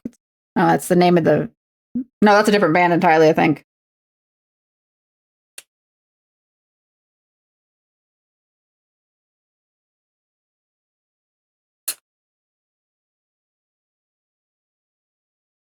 Okay.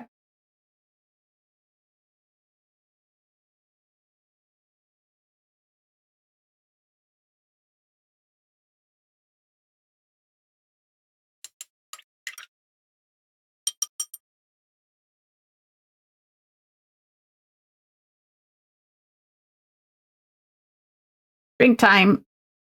It's cherry Pepsi.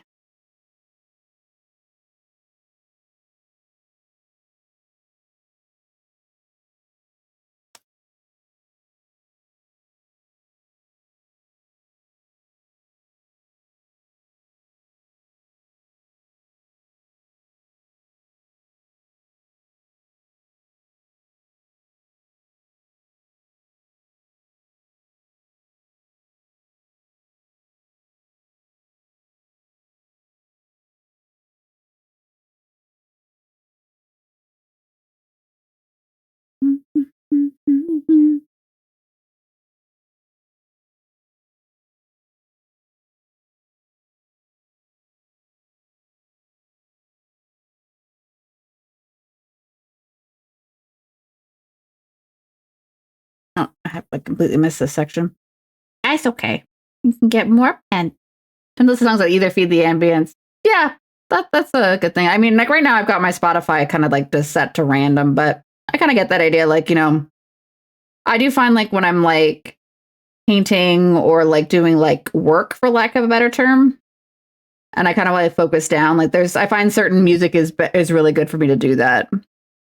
I find like when I'm like, say for instance, like when I'm doing like coding work at my day-to-day job, um, the thing I tend to like is, funnily enough, I don't know if you've heard of the game Crypt of the Necrodancer, but oddly enough, I really like that soundtrack. I find, I don't know, just the rhythm of it or something like is really good for me just to like kind of sit down and just kind of like focus in on like, Excel spreadsheets and like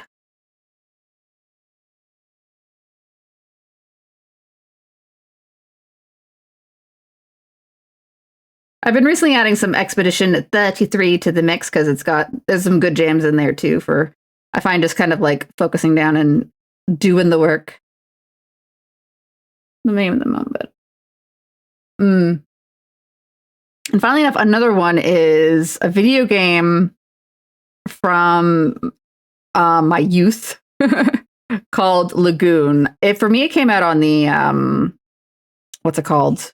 The SNES, but my understanding is it originally came out on something called the Sharp X600 or something. Got a pup on your lap. Very nice.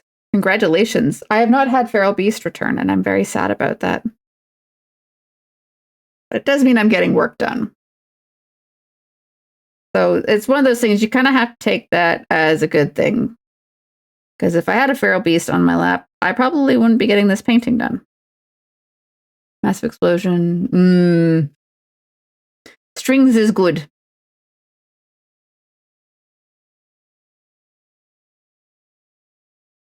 Do do do do do.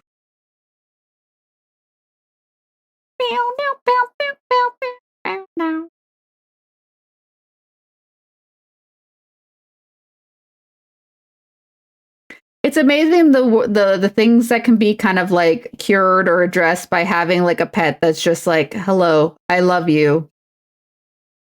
You are my human for today. Like sometimes it's just nice to, at the end of the day, winding down from work, sitting down, and then Feral Beast is like, I will sit on your lap while you were watching and unwinding from work. Watching TV, I mean. So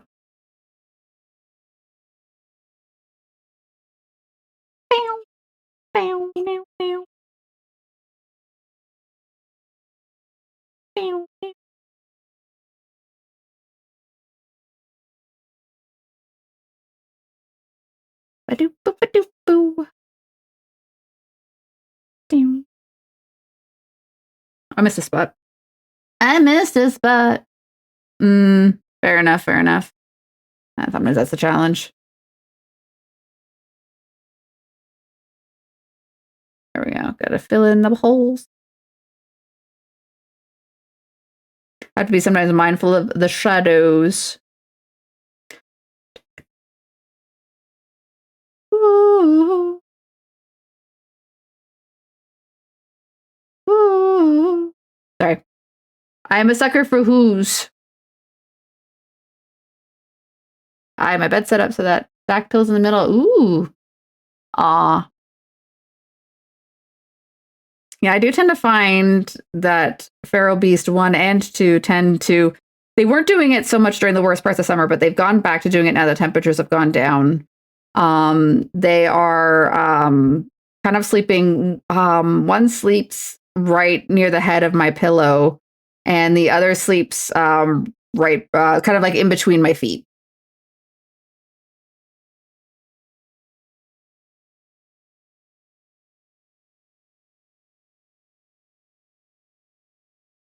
Oh, it is very cute. It is very adorable. Though I always feel bad because like I have to wake an alarm wakes me up. So like every morning it's like ah! It's like I'm sorry. I'm sorry. I required alarm to wake up.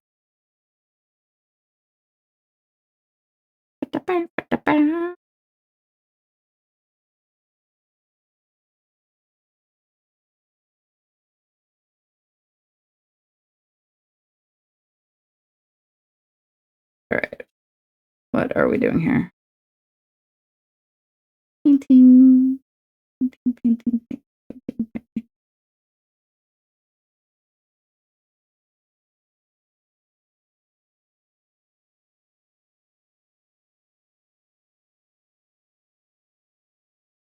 If you're asking, is that Olivia Newton-John? The answer is yes. Hee hee. My cat doesn't sleep next to my head. She lays between my thighs. Yeah, yeah. Thankfully, neither of them try to sleep on my chest, which I appreciate because I would not be able to breathe. Oh, look at you. You're so cute. Yes, you are, kitty. Yeah. Yes, you are. It is nice to have kitties that want to sleep and share body. I mean, like I know, like to some degree, it's a bit selfish because it's like they ultimately are in it for the body warmth. Let's be clear. If we were not warm meat sacks, they would not do it, but they do it, and I like it.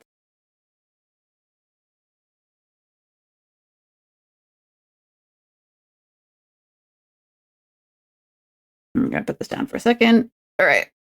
Ugh. I gotta crack my back. Ugh. Okay.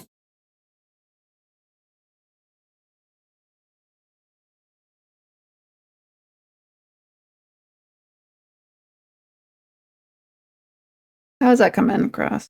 That's doing pretty good. I like that. That's a nice. I think that looks good. What do you think, chat? Does it look good? Ah.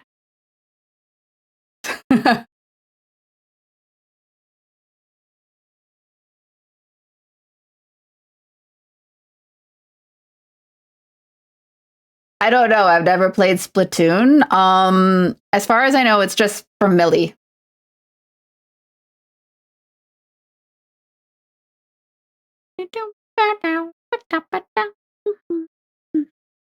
All right, I need another brush for this panel here. And this one here too, yeah.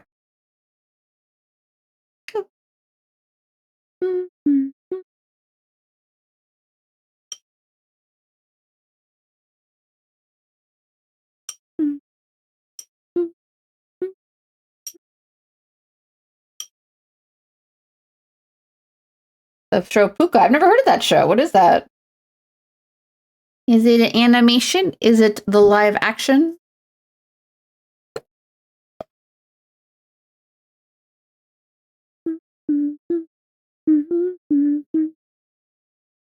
I might need this one too.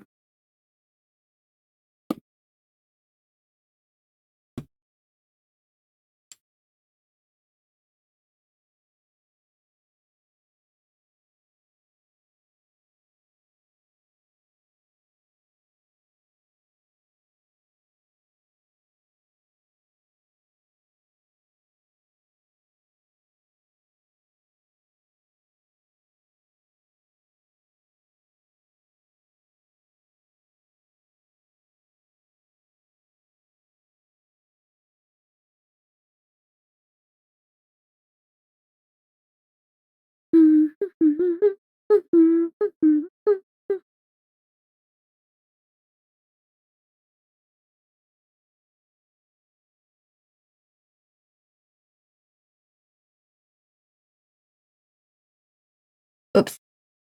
Sorry. Sorry.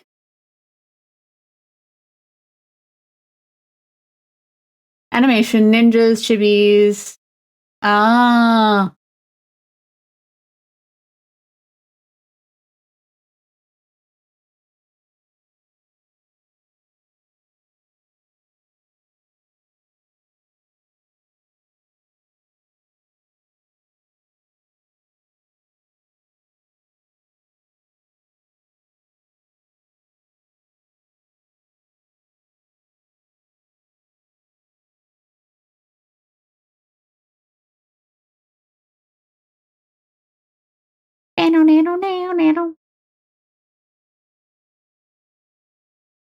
Oh, okay.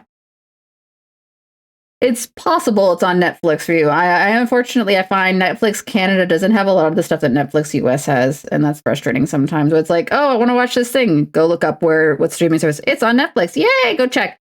Why are you not here? And that's like in Canada, it's on this other service. Fuck you. Eh. It's not fail.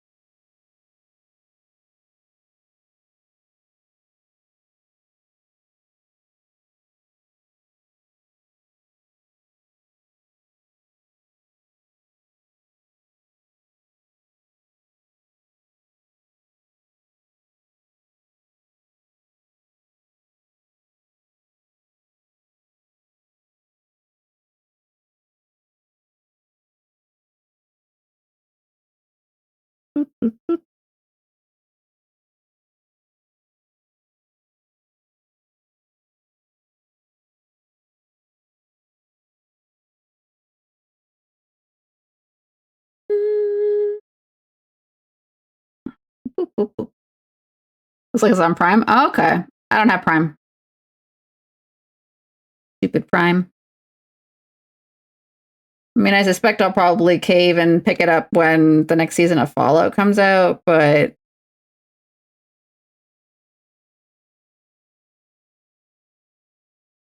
stupid Amazon Prime.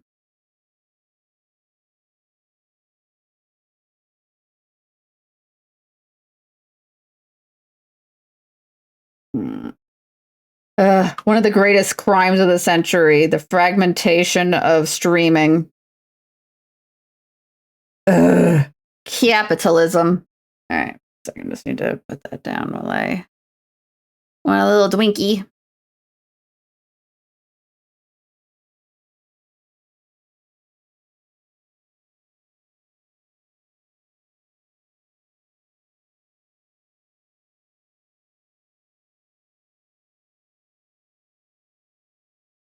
Yeah, that's true. It's kind of funny, like, yeah.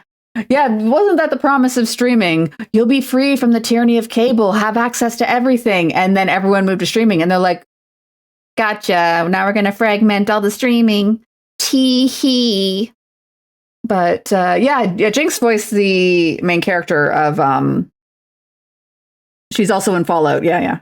No, she's done a good job. She's really good. I think she did an excellent job as Jinx, and she did a good job in the Fallout show too.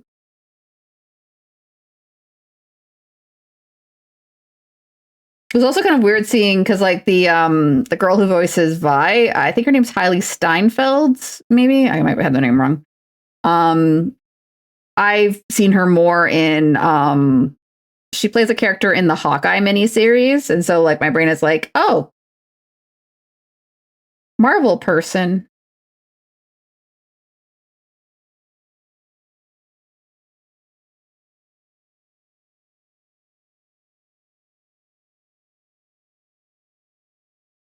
Spider Gwen. Ah, yeah, yeah, yeah. Oh yeah, you're right. You're right. Two of them. I really want them to finish the next Spider-Verse movie soon, but I have to be patient. I'm not allowed to complain. Actually, I can complain, but I feel bad about it.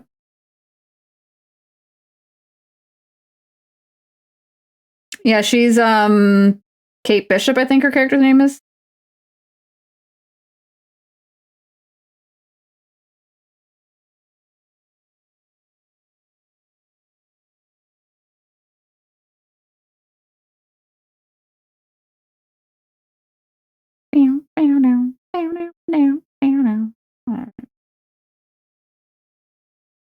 Kind of weird, like you get periods where like you get like a couple actors and they're just like in like 6 things all at once. You're just like, oh my god, overexposure.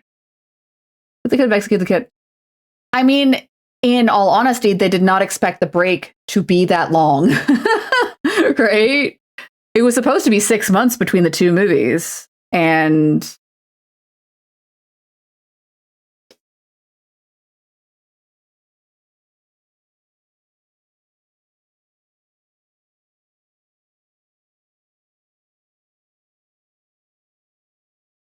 but yeah, I am eagerly awaiting.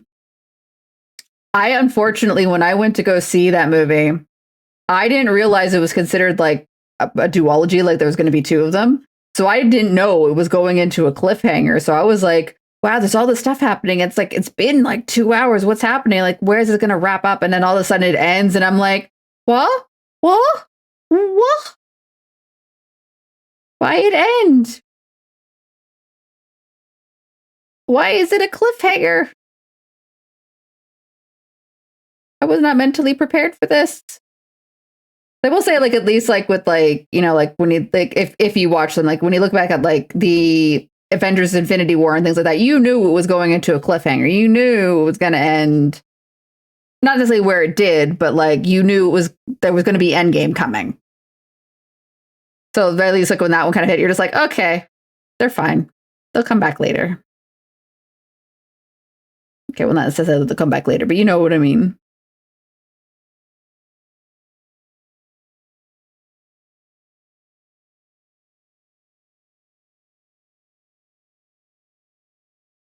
Man, I remember getting into such an argument with my mom over Infinity War.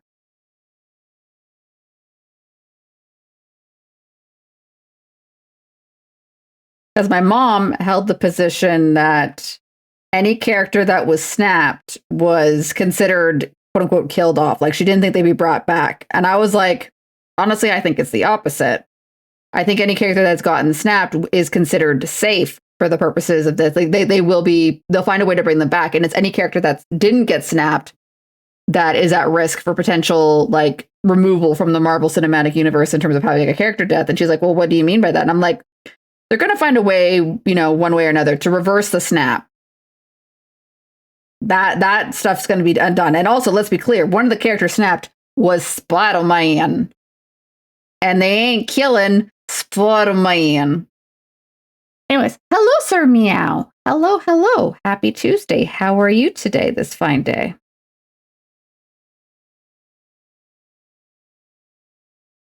I continue work on The Sun.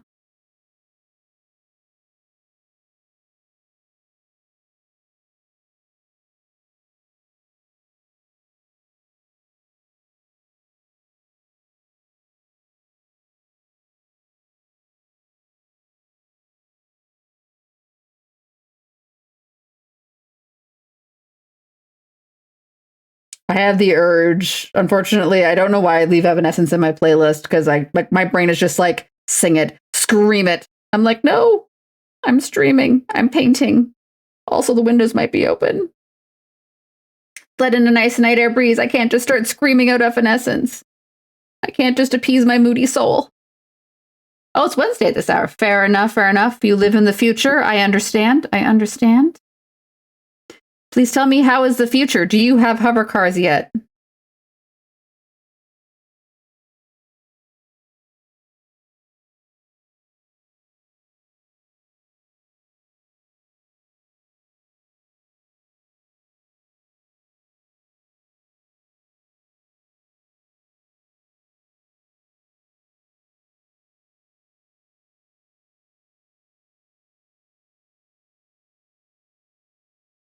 I have to figure out what I want to write here. I mean, I may not write anything because I don't think my freehand painting skill is that good. Oh no, you brought dinosaurs back from the dead, but why would you do that? Did you not learn anything from Jurassic Park? Didn't the warnings of Jeff Goldblum seep into your soul? Oh, Penny was kind of cute. Yep, she was. Isn't Nick Cage getting a spin-off film with just Spider Noir all to himself?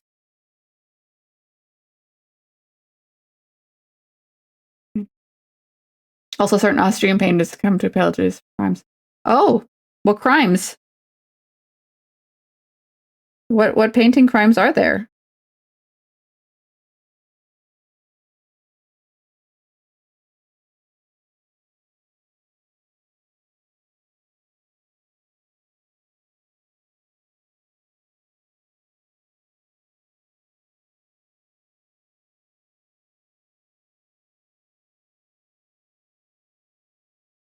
There's a whole series of films.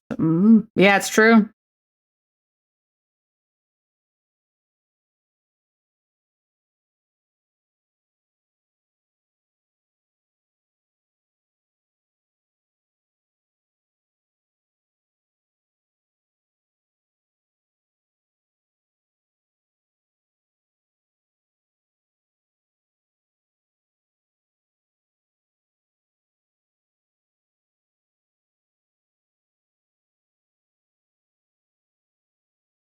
Whoop. I know.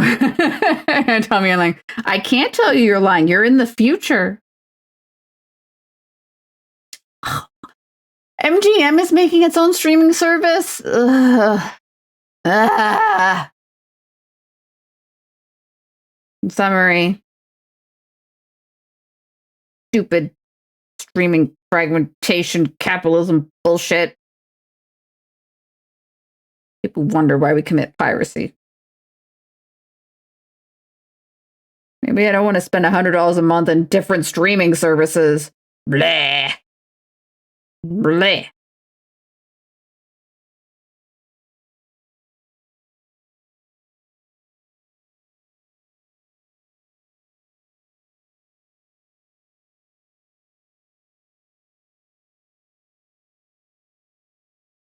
It just become that is my new plan.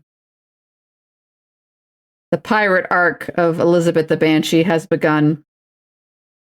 And then Teacups knows what's coming.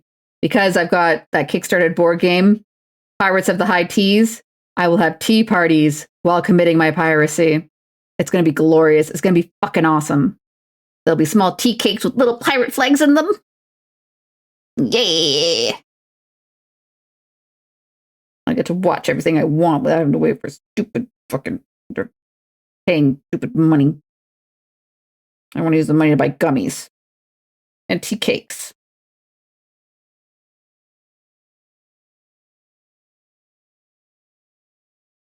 I'd say one thing I do enjoy about the Great British Bake Off is that I'm learning all the names for tea cakes. It's got a jar of shows. I've got a jar. Nice. I got a jar of shows. I got a jar of shows.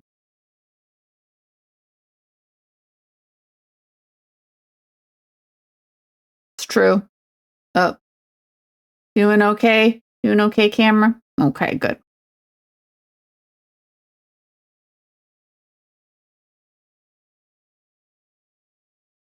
Oh, and let me just finish this bit of paint that I got on the brush, and then I will 100% do a stretch and all that stuff. All that good stuff. There we go. Put you down. We're stretching. Ugh. Take a break. Break serve of the week. I'm immortal. Ugh. Random reminder. Long John Baldry, the voice actor for Robotnik in Adventures of Sonic. Oh, that's cool. I wouldn't mind to see the vocal stylings of Robotnik. Ugh. Okay. I gotta take a sip too.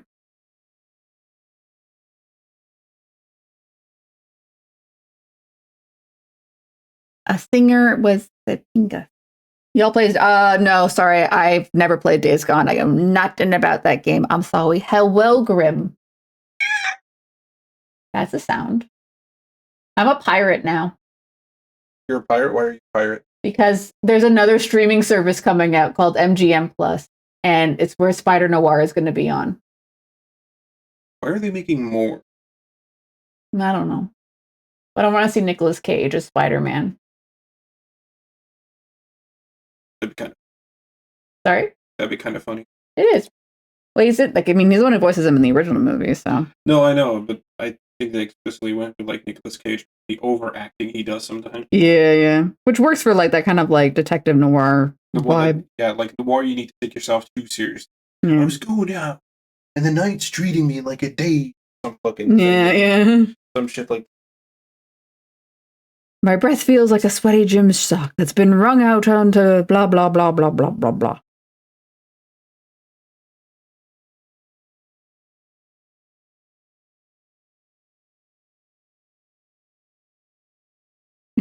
Nicholas Grim the pterodactyl. Oh, are you actually a pterodactyl, Grim? Maybe. Oh. I haven't been ID'd as anything else other than humans, so they haven't tried. Mm-hmm. Well, it's funny you missed earlier. Lady Logistics was talking about her plan to move with her girlfriend to the Netherlands soon. Pretty cool. Yeah. Hope it works out. Mm-hmm. I remember, I don't know if they're still in here, but I am not too sure. But if they are, or at least listening, or at least lurking, big thing I'll say is be sure to reach out to the local government social services. Even if you are not looking for social benefits, they will be able to guide you in many different directions, whatever you need. Awesome. They're kind of your hub for information and other government services. Yeah, they don't really have that here in North America, which kind of sucks. Yeah. Technically like an information booth, but it's like more personalized, or they'll help you towards coaches and stuff like that if you need it. So it's pretty good. Neat. The benefits of socialism. Yeah. I am looking at Pokemon Beginning Show on Prime, and for some reason the parts for the first season are all over the place. What in writing, or just in presentation? Or did they put the episodes in the wrong order? Suddenly it's like, oh, I'm getting my 3rd gym badge. Wait, what happened to the other 2 gym badges? Next episode. Last episode. They're running the show in a Pokemon randomizer. Oh, I can give. Oh. No. Floating feral beast, outstretched paw.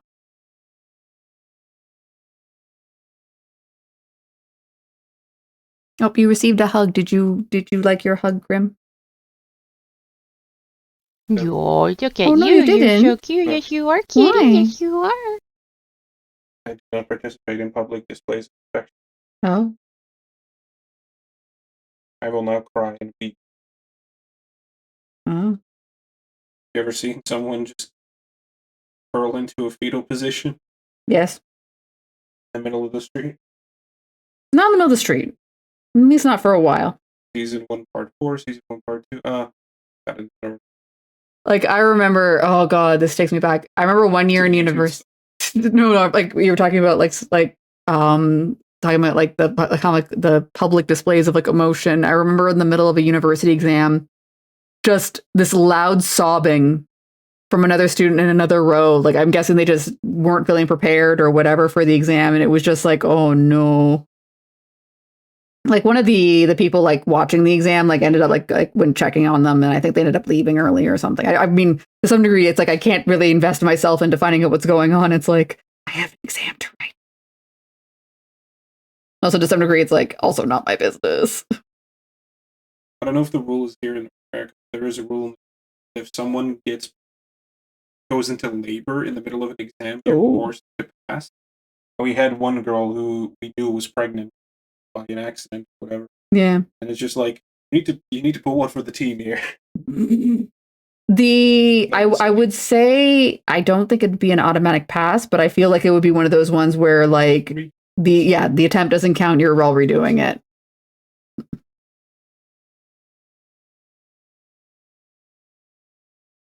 This a Batman show that came out last year that I heard was dark on the kids section. Oh, I'm not too sure. What was she? Was she? I mean, I'll be honest. I don't have any. Was the pregnant girl okay? She was fine. Yeah. Stressed out, probably. Fucking soon. Yeah, for sure.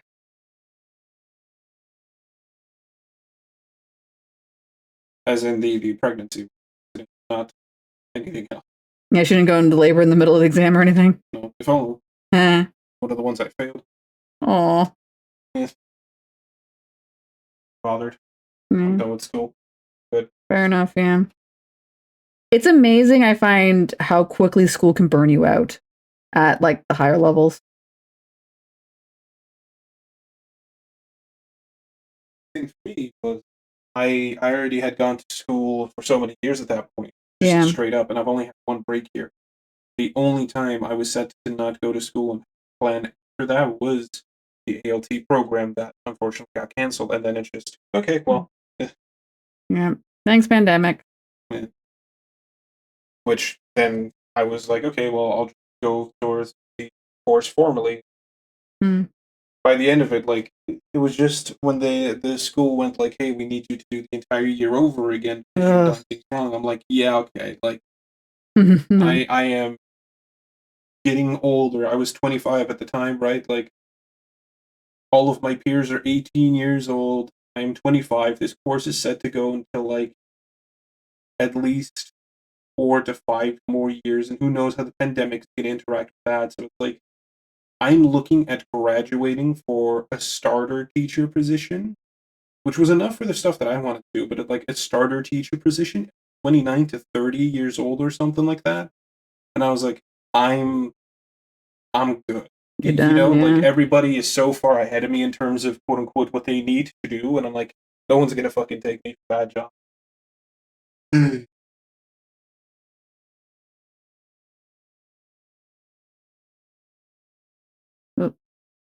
Now you cost me the test child, and now you take the test. Get here, baby.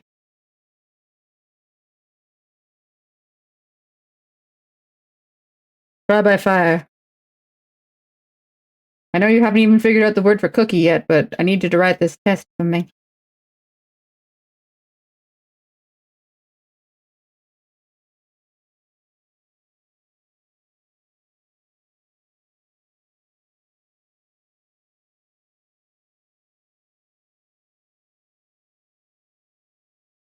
Yeah. Are there any other words? Again. This. No, we're gonna do this. This one, we're gonna do this part. This is a shield. Alright, I'm going back up. Okay, have a good up.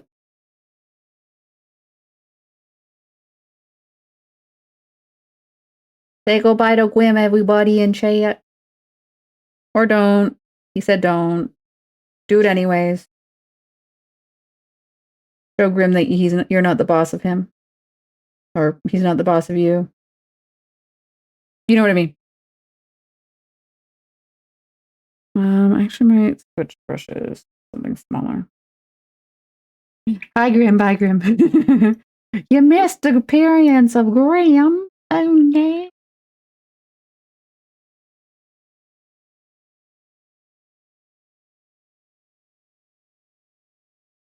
Yeah.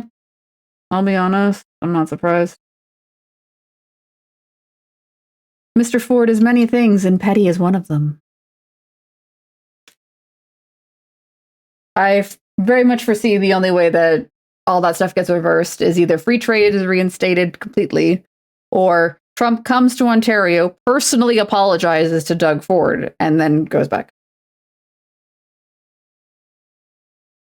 My understanding is it's not so much the beer, because like we got beer here, we're fine. And honestly, our beer is better, let's be clear. At least I've been told I don't like beer. The product I've heard that is being largely missed is bourbon. Apparently, Canadian bourbon is not a thing up here.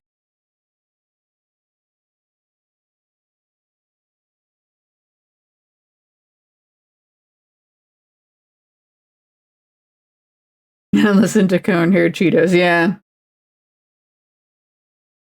Unfortunately, the corn-haired Cheeto is making policy and trade decisions.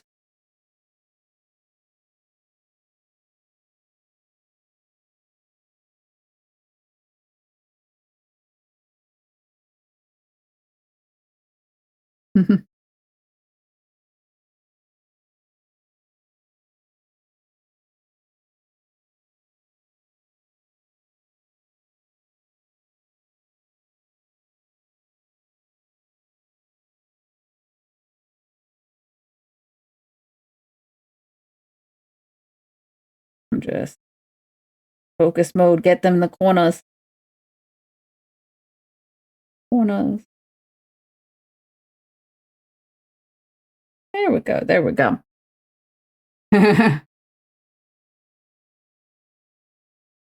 Yeah, it sucks when you get like stuck in a situation where it's like, I didn't vote for that, but oh god, please stop. You are hurting the people I care about, and also just a lot of people in general. Please stop. Just please. No more.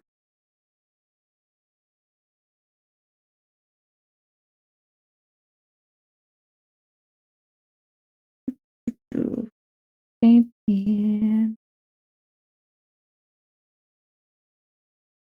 I don't know what I'm gonna put on this shield yet. Maybe I'll try and do a nice little dice. Little happy dice, because there is a dice in the logo. So I could do that. I could do that. Oh god, I know what you mean. Like it's kind of depressing now. Like it used to be like, I could like watch the news and be like detached enough from it. Just be like, oh yeah, there's some stuff that happened. Some of it's not great, some of it's fine, whatever. But like I find now it's just like I have to make conscious decision to be like, no more news for a while. My brain cannot tolerate it. I gotta take a break.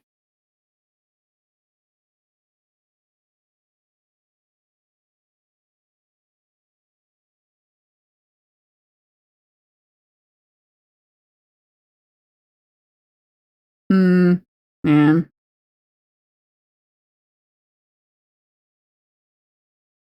And that things that shouldn't be political are political. Like how many stuff that's been implemented is like has no basis in science or reason or any shit like that. Anyways, I don't want to get into it. This is supposed to be chill vibes. Chill vibes. Everything's fine. Ooh, Godzilla. They don't have Amazon Prime. I can't watch it. I have to go commit piracy. Pirate Banshee Elizabeth Arc, let's go.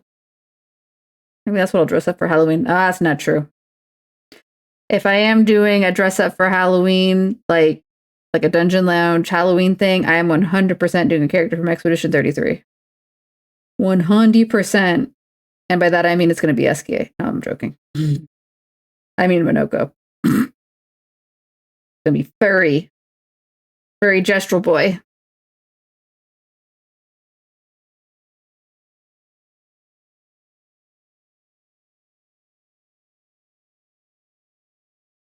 That's true. You got a stream room in the Discord, right? Yeah, technically. Or rather, in Discord, you can share your screen, right?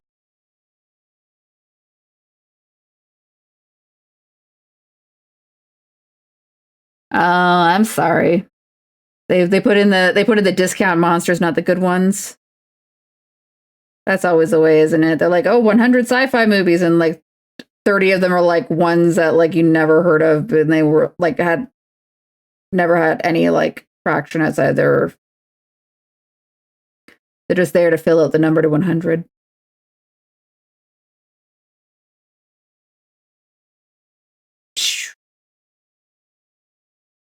Wah. The very original one is not boo. Hello, Alosin. Hello, hello, hello.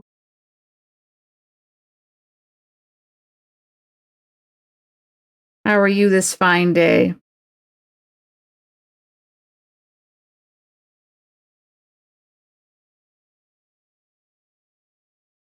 They have Rodan, destroy all monsters. Yeah. Like 90 of them are ones I had not. Oh no. Tired. That is fair. I am definitely there with you. I am tired.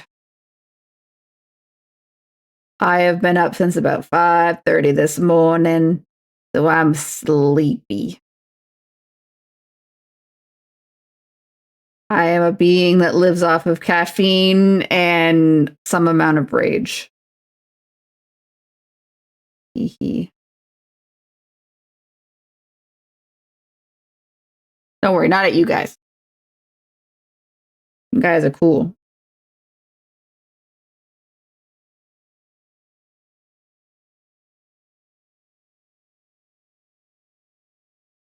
Is that well coded? Maybe a little more. Yeah. Yeah, for $10 you're gonna get some schlock. Like not even the good schlock, just boring. Oh, 38 Godzilla movies. That's a lot of Godzilla movies. I'll be honest, the Godzilla movie I am most familiar with is the one with that came out in North America with Matthew Broderick and then later had an animated series. That's the Godzilla I know, unfortunately, and I'm so sorry.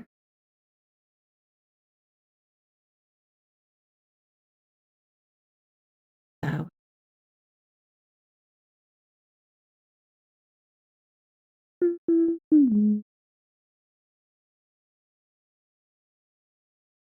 Zewa? Godzilla. Love the anime series. Yes, yeah. Like the thing is, it was pretty good, honestly. The animated series wasn't too bad because you had like little baby Godzilla that imprinted on the humans, and it was like, I'm gonna fight these other monsters for you because I love you like a parent or a child.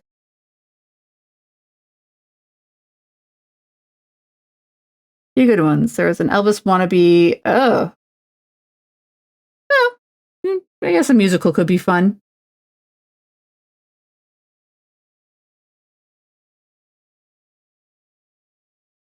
I think that's a pretty good. But we'll leave that aside for now. It was pretty good. Like there was that, and then the Men in Black animated series. Like I think they were done by the same studio or whatever. They were both pretty good. Pretty good. My understanding is the animated series for Men in Black cued more closely to what was in the comics that Men in Black was based off of.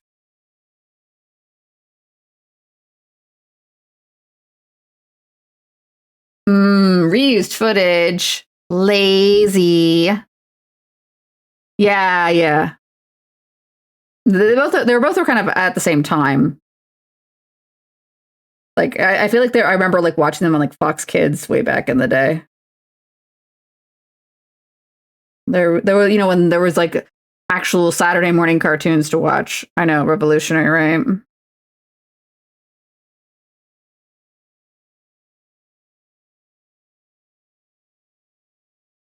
Do do do all the lonely people. Where do they all belong? Yeah. Uh Rip for those.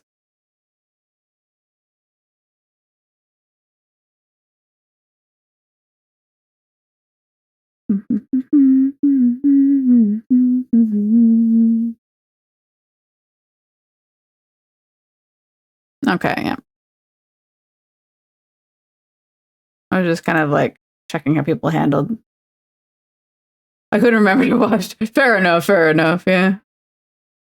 God.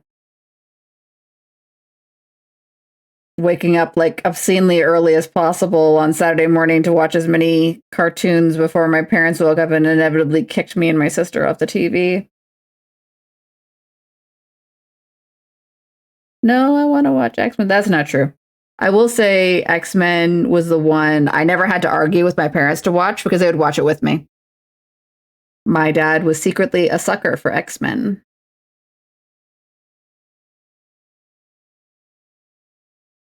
Oh, more Lady Gaga.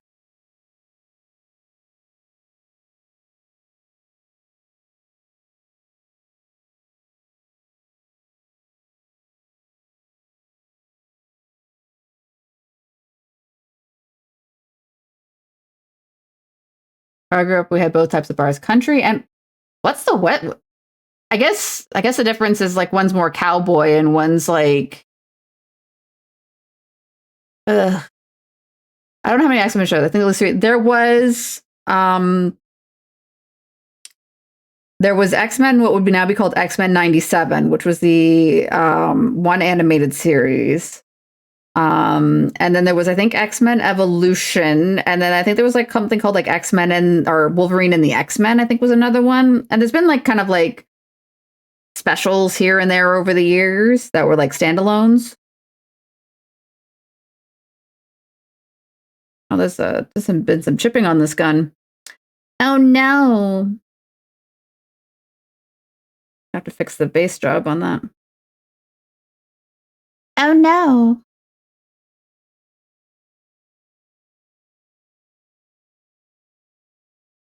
Yeah. Sorry, X-Men 9, because yeah.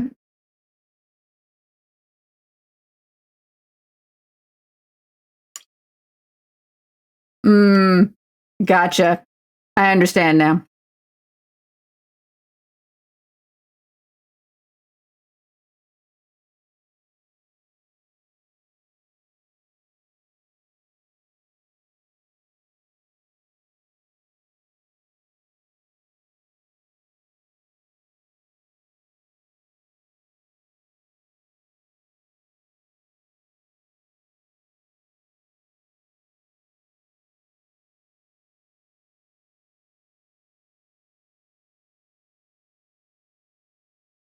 And Lady Gaga is coming to perform. I think she's on a tour. And I was like, oh, like maybe that would be fun to see. I wonder how much the tickets cost. The nosebleeds, like, you know, like up in like the rafters are $400 each, which I know is like cheaper than Taylor Swift, but no. Lady Gaga, you're lovely. I'm not spending $400 to sit in the rafters to watch your show. And like decent seats were like in the 800 mark. Oh, cool. That's cool.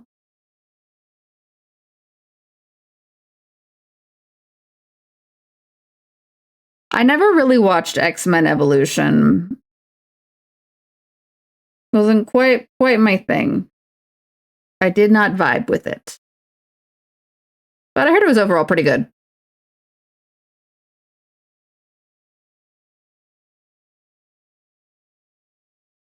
Yeah, I mean, concerts are allowed. I'm not going to disagree with that part. I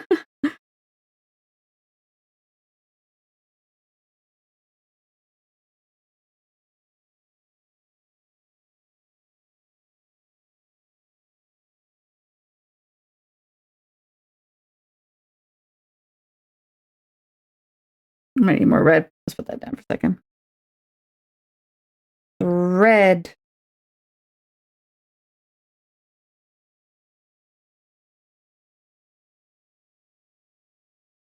I feel like it kind of works as a world with, yeah. Well, I mean, Wolverine generally isn't with Jean Grey. Like, my understanding is they've operated more of a will they, won't they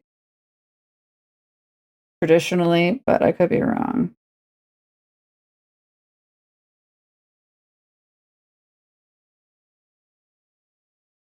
A lot of people for X-Men Gambit is their favorite. That was my sister's favorite. She loved Gambit. She thought he was the greatest.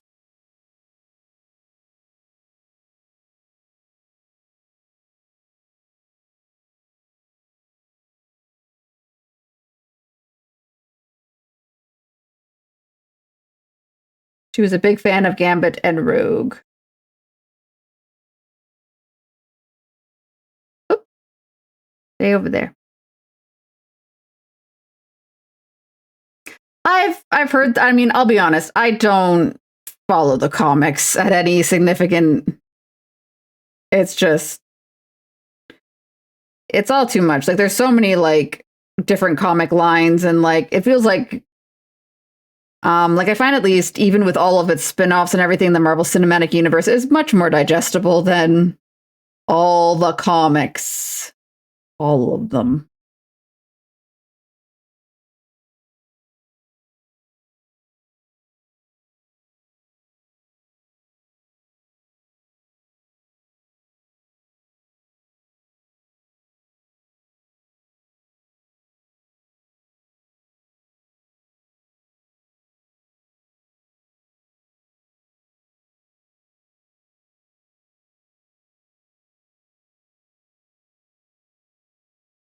Yeah, fair enough. True. Yeah.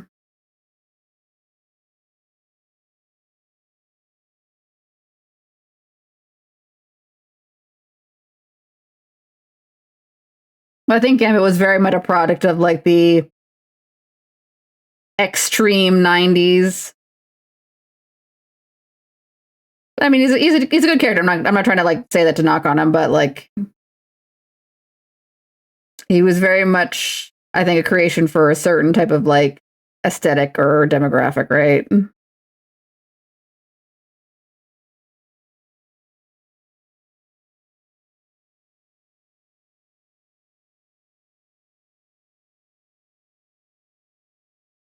So I did think it was funny when X-Men '97 come out and everyone got really mad about him wearing a, well, not everyone, but like some people got mad about Gambit wearing a like a crop top, and it's like, oh, you don't remember the fashion of the '90s, do you? Do you?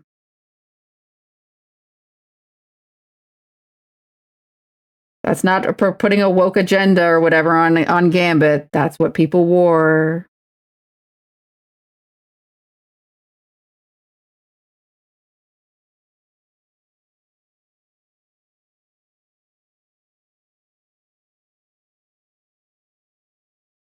Do do do do do do do.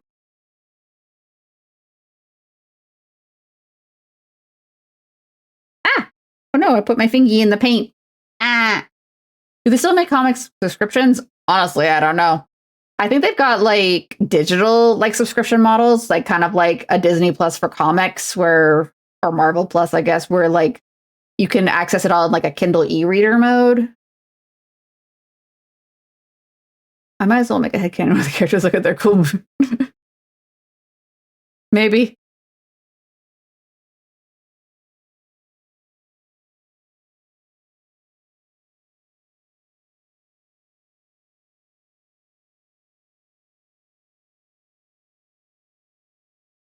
Like I know they do consider like the movies to be considered like, because like Marvel has like the whole idea of like parallel universes, and like the whole like one is the 616 universe, one is like the 83 something or other, and all that stuff. So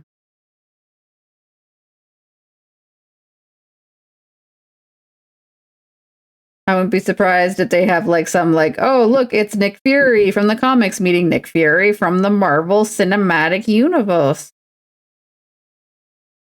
Oh my god. Oh, a digital heavy metal magazine. That's cool. That's neat. That's neat. It's been a hot minute since I thought about heavy metal. Like the magazine, I mean, not the genre of music.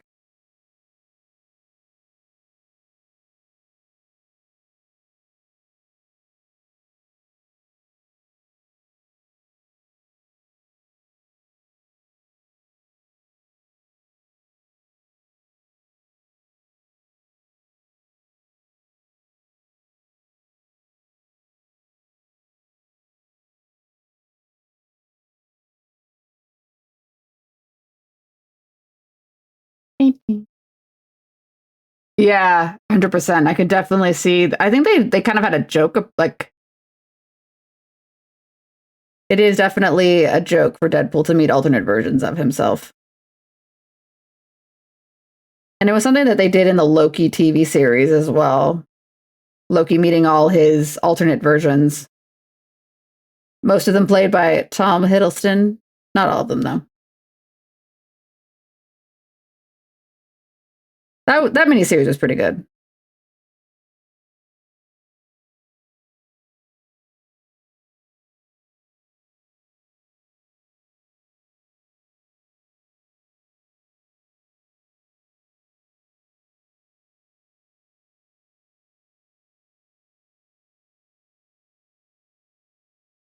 So I have to say, I was not a big fan of the romance arc in that miniseries. I will not say for anything further because I don't know how many people have seen that series or may care about spoilers. So I will shut up there. Classic Loki was kind of cool for sure. Gwen Stacy, from what I heard, was based on Stanley's wife. Yes,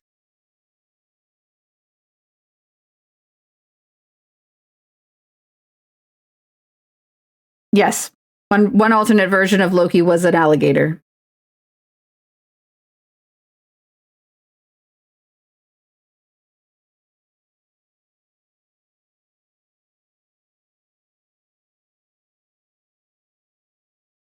It was pretty funny.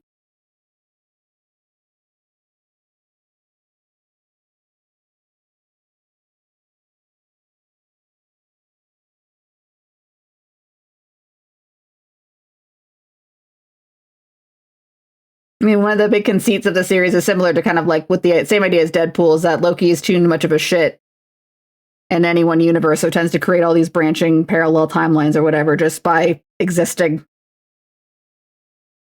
and being a shit.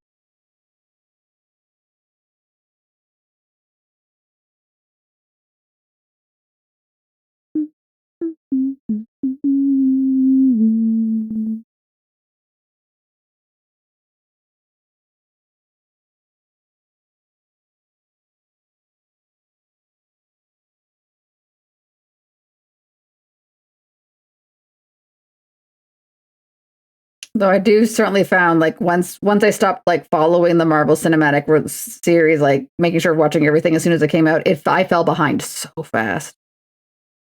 And now it feels like so hard to catch up. And it's like I just have to be at this point. Okay, what's the important ones? Which ones matter? Which is silly because that feels like a mean way to approach it. You know, a lot of romance shows where just had this, yeah.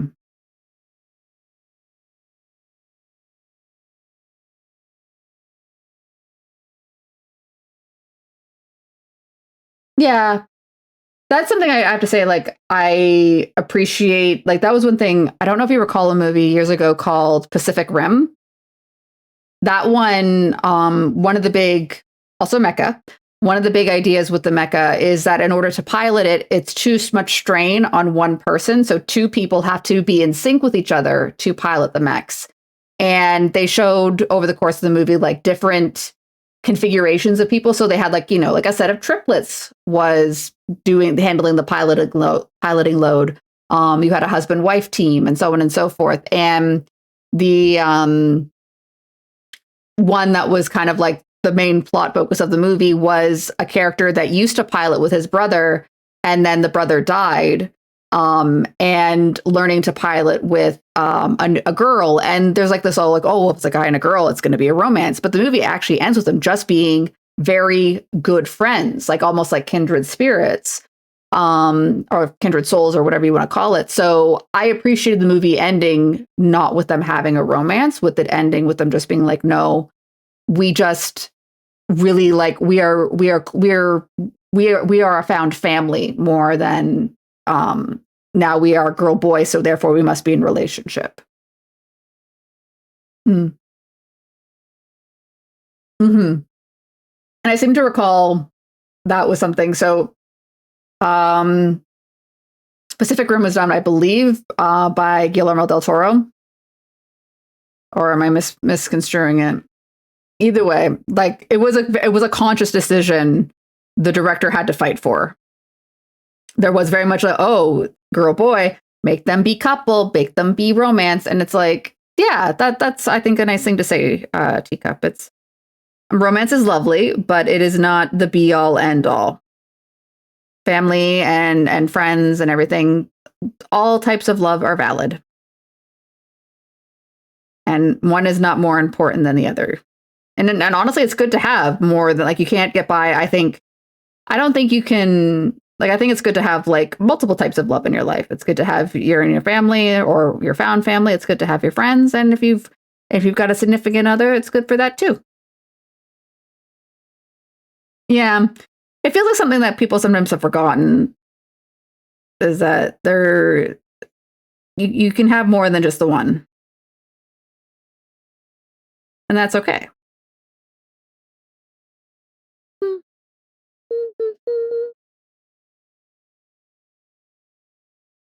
Yeah. The media. Fair enough. Fair enough. Yeah.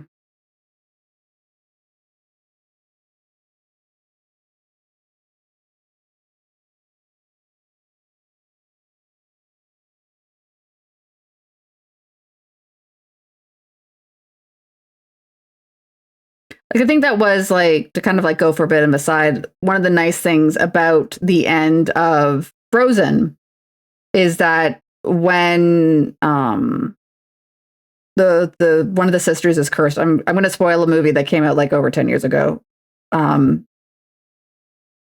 She was told she needed true love in order to break the curse. So she took that to mean she needed to find her fiance at the time, the person that was going to be. And so she was like, I will go find them and all that stuff, and I will be cured of the icy curse.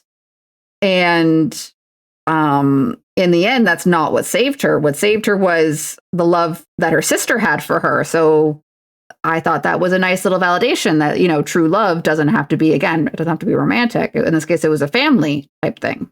And that was nice. I thought that was a lovely message.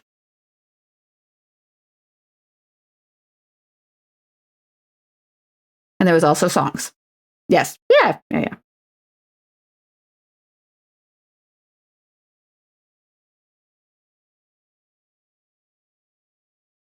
Maleficent too, yeah.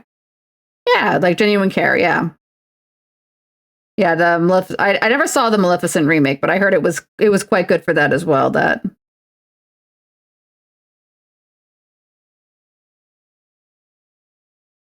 an interesting reinterpretation of the series of the media, unlike some of the other remakes that weren't.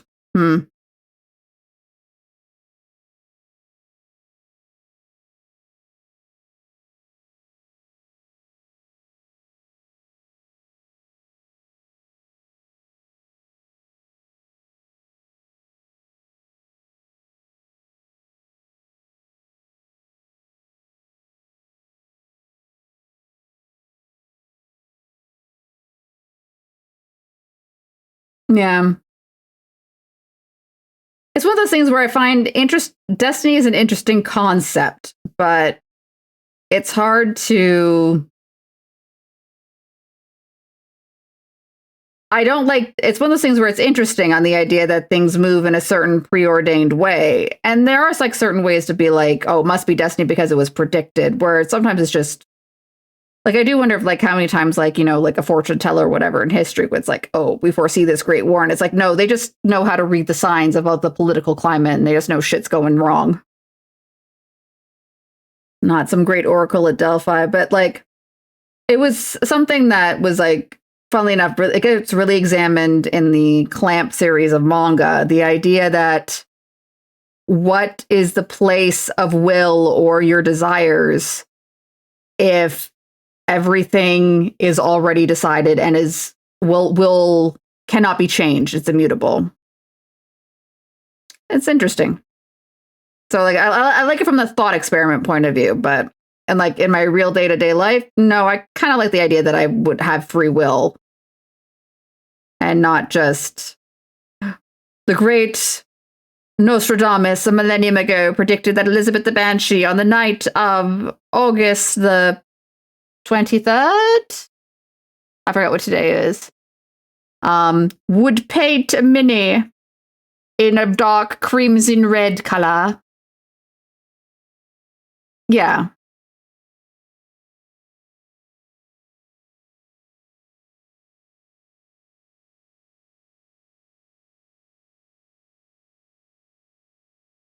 I feel like to some degree, the idea of destiny is kind of a cop out. You know what I mean?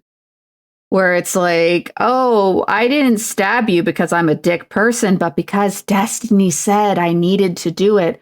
The only way to, see about this prophecy that you'll save the world is because I have to become the villain and stab you, right? So I'm not an asshole. I'm just a tragic figure pulled by the tides of blah blah blah. As you can see, it's good for fiction, but I mean, I'd love to see someone pull that card in a court of law. Why did you murder this man? Destiny foretold it. I have to do it. Yeah. And there's that too. Like, if you get yourself in the mindset of like, what's the right way to put this? Like, yeah, like the self-fulfilling prophecy where it's like, if I say I'm going to fail, failure happens, right? You don't leave room for success. How's that looking? And there's a little couple weak areas.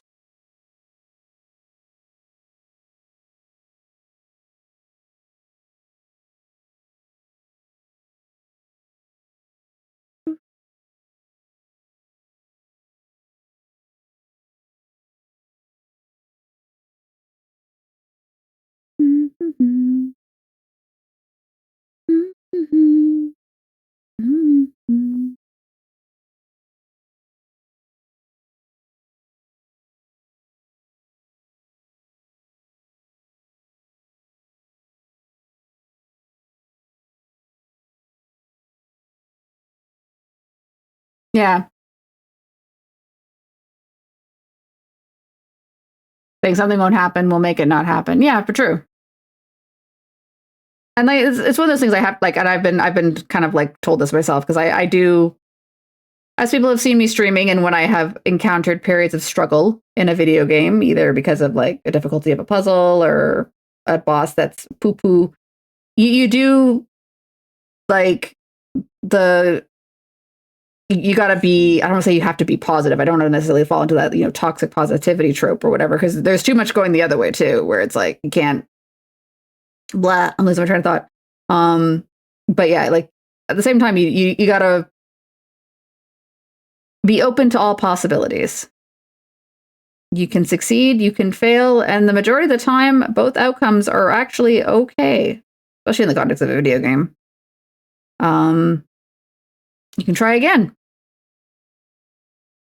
And I mean, most times in life, that's also true too. Like there's some scenarios where you can't, but which is why I'm always paranoid about driving, because you don't generally get do-overs when you make a mistake there. But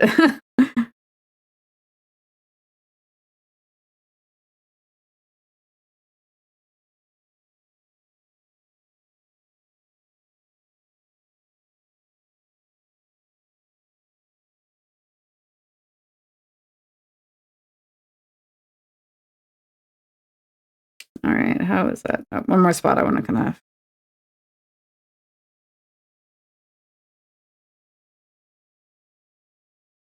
Yeah, I know that feeling. I am definitely a person who asks a lot of questions, especially because it's like because I want to understand, right? And also because I have a tendency to overcomplicate things in my brain. And so I want to ask questions, and then a lot of people get mad at me for asking questions, and I feel bad. I am definitely an overcomplicator, so sometimes asking questions kind of like allows me to like realize I have to like, I don't say reel it in, but like I don't need to make it as complicated. I can keep it simple. Gonna be the one doing driving. There's also that 100%. Oh god, there's been so many instances where it's just like you see a car, it's like weaving or something like that, and like drifting between lanes, and you're just like, oh god, I need to speed up and get away from this person.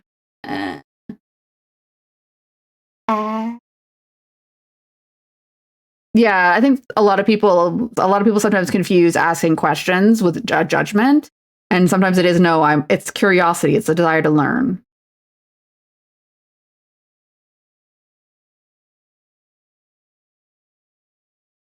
And I think curiosity is important. It's good to be curious.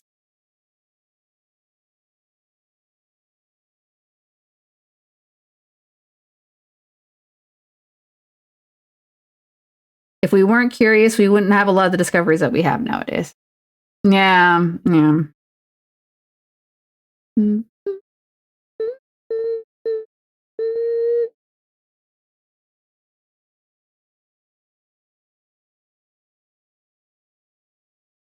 The lonely heart and we run.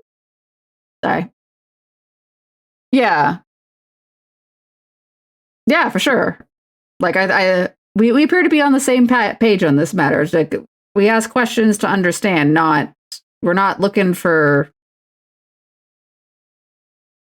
I think some people believe, you're asking questions because you want the person to trip up or fail, and it's like, no, I want to know. When I ask you why the sky is blue, it's because I legitimately wonder why the sky is blue. And I believe you are the person to answer that question.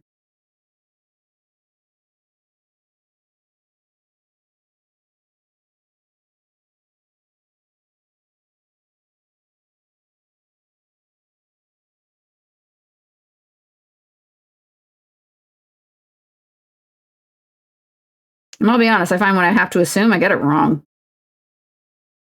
Or make guesses. Me no get it right.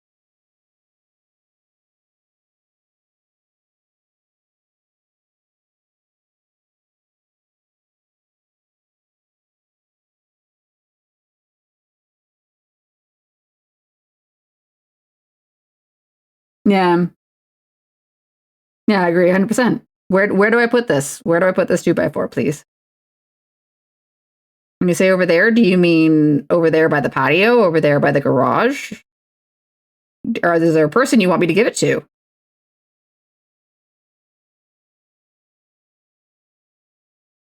Please answer my questions. I just want to learn. I want to do the right thing.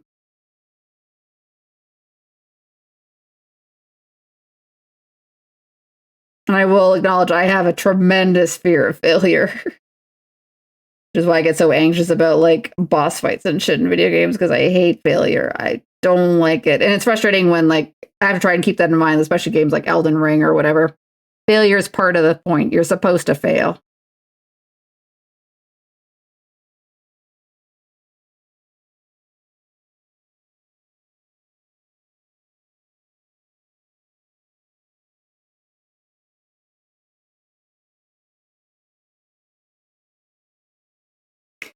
Anxiety is indeed a bitch. No disagreement there.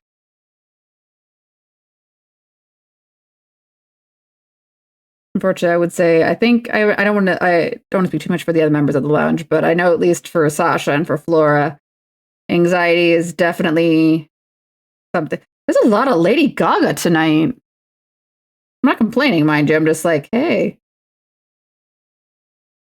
what dice rolled up? You get Gaga. You would get Gaga.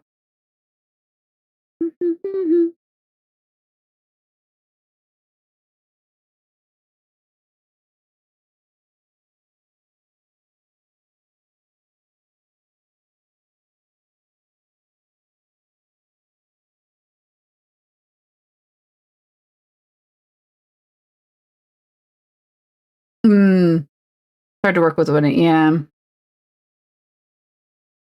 That is also very true.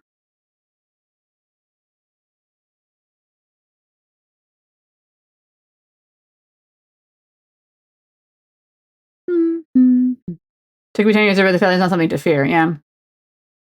I find it's one of those things where, like, I think unfortunately, like a lot of like how, especially like current, again, I don't want to speak too much, but like at least for like the North American education system, it doesn't reward failure. You know, you have to pass the test, you have to get the questions right, right? You are not allowed to fail, because if you fail, especially like in a situation like a university or college, you've wasted money. You've wasted a lot of money. I feel like there's like a lot of pressure, like, and like the thing is like, yeah, legitimate learning includes failure. But we are conditioned to fear it.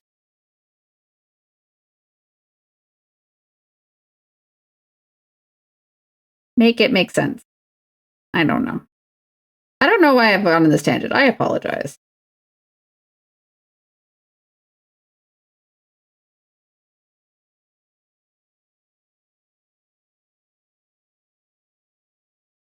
Blah, blah, blah, blah, blah.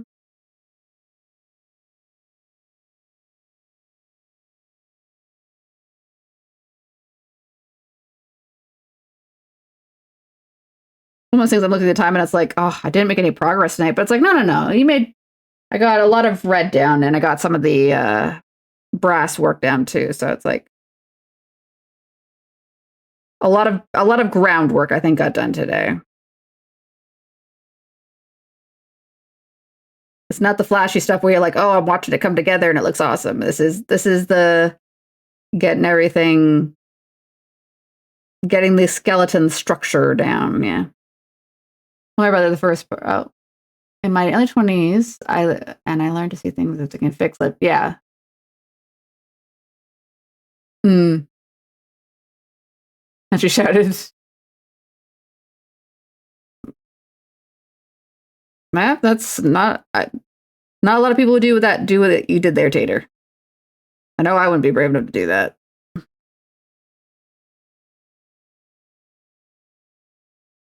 Because like there's one thing where it's like, oh no, I answered the question wrong, but then there's like answer the question so wrong that you look stupid. You are, the whole like, the whole idea where it's like, oh, there's no such thing as a stupid question, but then you add that fear of like, but what if the question I ask is that stupid? That's stupid.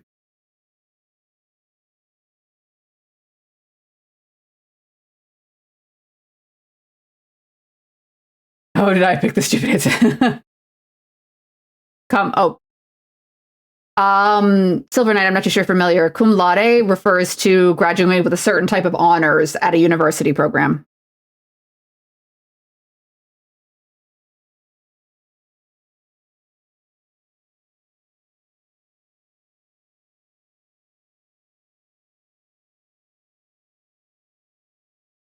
It means that Tater did a good job and he received a special honorary certificate when he finished, because he didn't just pass, he did extra passed.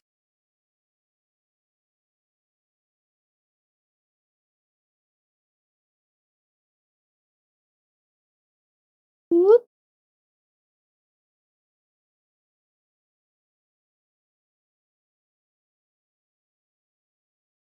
It's Latin. Fair enough. Didn't know what it meant though. No problem.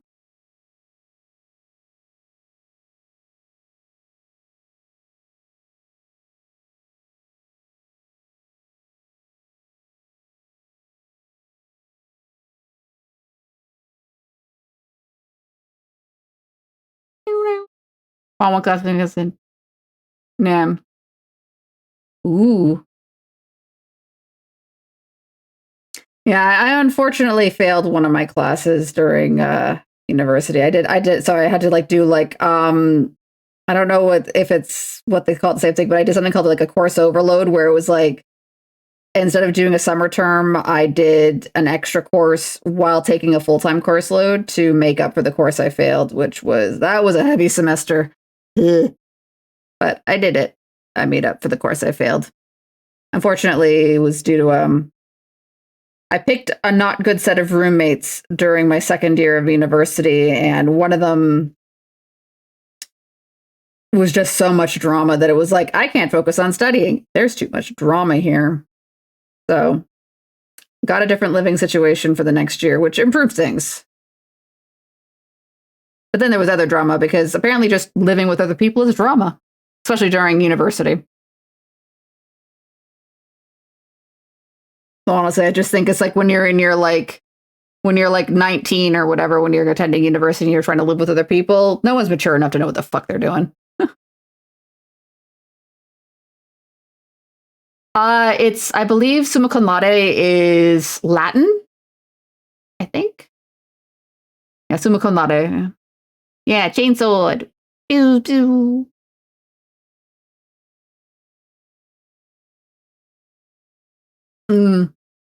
I was waiting for everyone to do that one time. Yeah, I bet. It's funny. I'm in the process of like, my primary language that I know to program in now is SQL. And I've recently started learning Python. And then in the process of that, I was talking to another coworker, and they're like, oh, are you learning Scala or Scala as well? And I'm like, what? Oh, God, there's another one. There's another one. I'm just trying to get a handle on Python. My God. Blah. Why there's so many programming languages? Why? And I know the idea is that each of them are strong at different things or whatever, but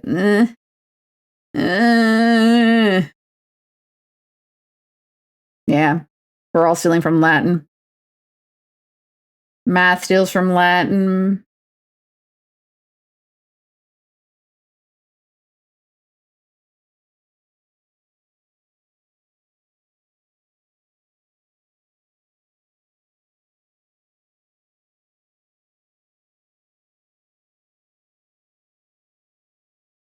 Is there a code called Snake? Why is there? Yeah, that's the Python. Python is the name of the coding language. One of its interfaces, I don't even know if that's the right term. I'm not good at that type of terminology. but the way that you can kind of like access like libraries and things that you can call upon is called Anaconda, which works with Snakes Cobra. So far as I know, it's just Anaconda and Cobra. Cobra, Python. Ugh. I recreated it. Yeah, true enough, true enough.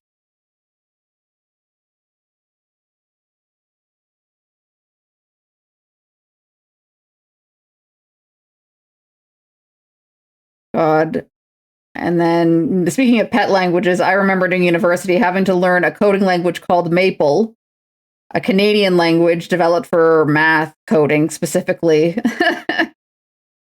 And I can't remember a single thing of it now because I only used it during university. It was only that. And as soon as I left into the real world, nobody used that language. No one.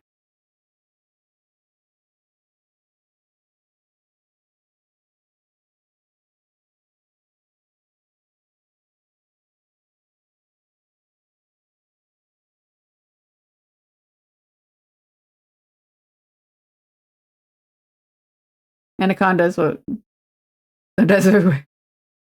Previous job was all C++, JavaScript, and C#, yeah. My work is primarily still on SQL. And I'll be honest, there's still some of my coworkers that use Access, which I'm not saying Access is bad by any means, but I don't think it's very common.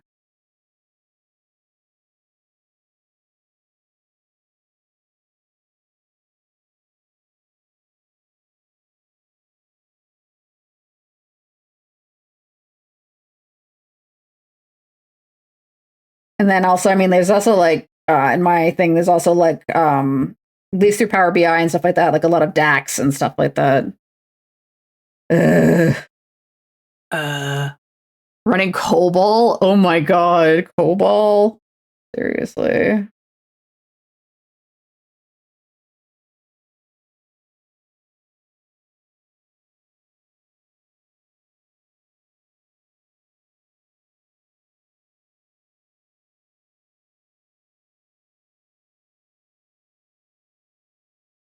Health insurance company even, oh god. I had a friend telling me today he was on a conference call and he was making a joke about Canadians because he works in the UK, and he was like, I was on a call with the Toronto team and they just confessed that they moved their receipts and payment system off of paper and onto an Excel spreadsheet. And I was like, oh my god. And he's like, is it that bad in Canada? I'm like, no. We migrated off paper a long time ago.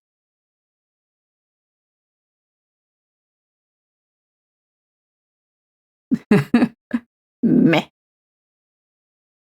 The thing is, like, Excel seems a lot of use I find like from a what's the right way to put this? Like if you just want a table, like if you want to keep it just fairly simple and you just want a table of data, Excel will do the job. Especially when you've got people who have no coding knowledge and will never learn coding. Like we're talking about people like, because like, well, Excel could be very powerful, especially when it's combined with Power Query. Oh god, I feel like I'm such a nerd right now. Like I'll be honest, at least in my work for the most part, it's like it is where like when I'm done everything, I'm exporting it out.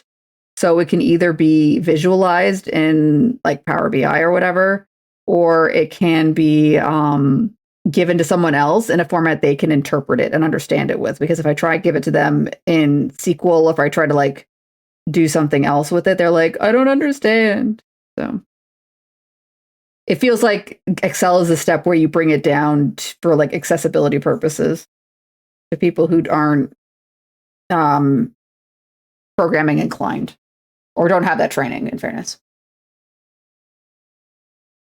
And most chamber coming, yeah, I wouldn't be surprised about that.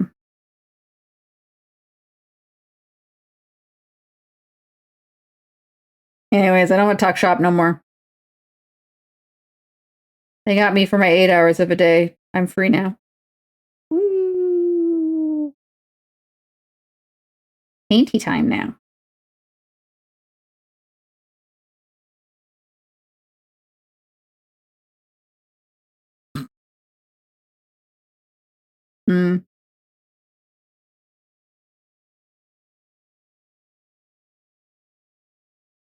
I find one of my roles on my team sometimes ends up being is like the liaison between me and like IT, because it's like I know enough about IT that I can kind of like talk to the IT team and like communicate what the problem is, or like tell them what kind of screenshots or whatever they need to communicate what's broken.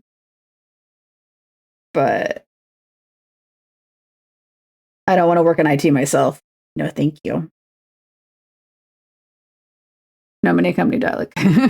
Yeah, fair enough. Fair enough.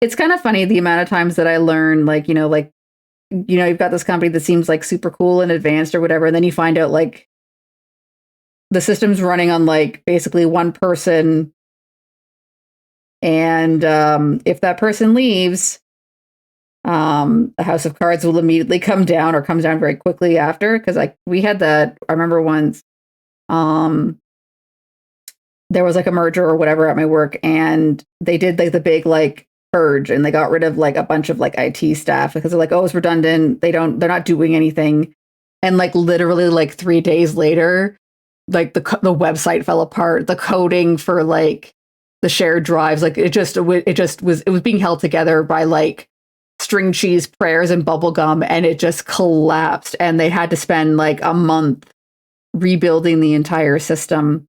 And this was at a point where it was like, like basically without that, like I basically spent a month of coming into work to do like filing or hang out with people for several hours, because it's like unless the work came in via mail, there was nothing to do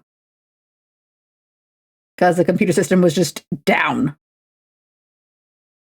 I think the only thing that worked was email. So it was like basically it was just like, hello, I'm sorry that you were experiencing a delay. The delay continues. Mozzie string cheese? Ooh, string cheese. That was what I was used to have base, yeah. Yeah, there's certain like musical tropes that like emerge to get like a certain style, and yeah.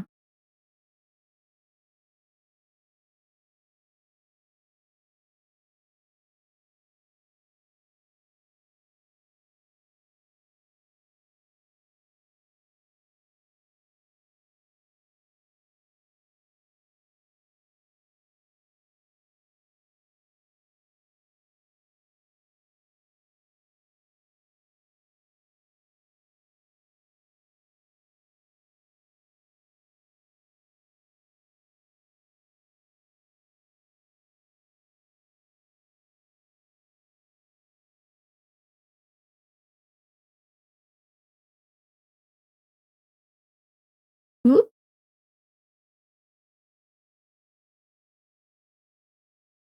It's funny, like it was probably like one, you can trace it back to like maybe like one or two like movies or whatever that started using that style of music, and everyone just kind of like worked from it, you know what I mean?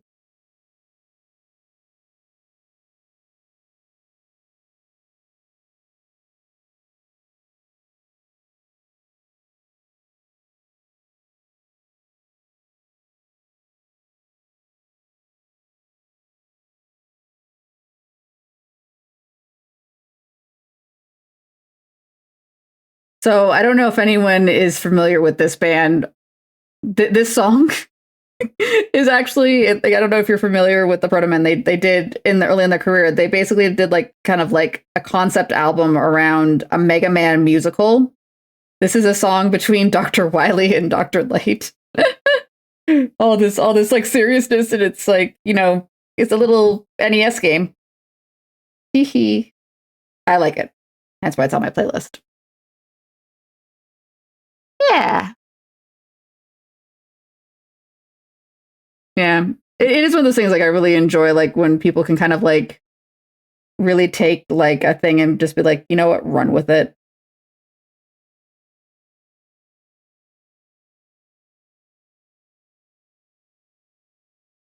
Now the frustrating thing is like they basically were, the intention was to do a 3-act kind of quote unquote play, with each album being an act. They did act 1 and they did act 2. There's never been an act 3, and I'm very sad about that. And of course, at this point, they're not going to be when it's been like a long time. they've moved on to other projects. Some members have quit, so on and so forth. Like all that good shit of life getting in the way, and it's like, I guess we're not getting a third act anymore. It's fine. I don't need one. Various grumpy noises.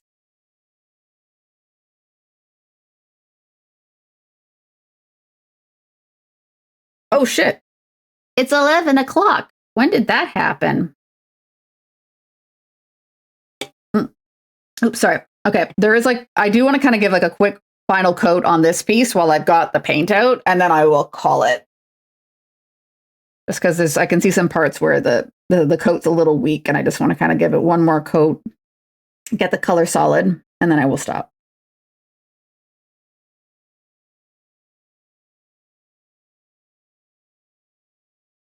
But yeah, time flies while you're discussing media and or avoiding the news in your fifis. Hee.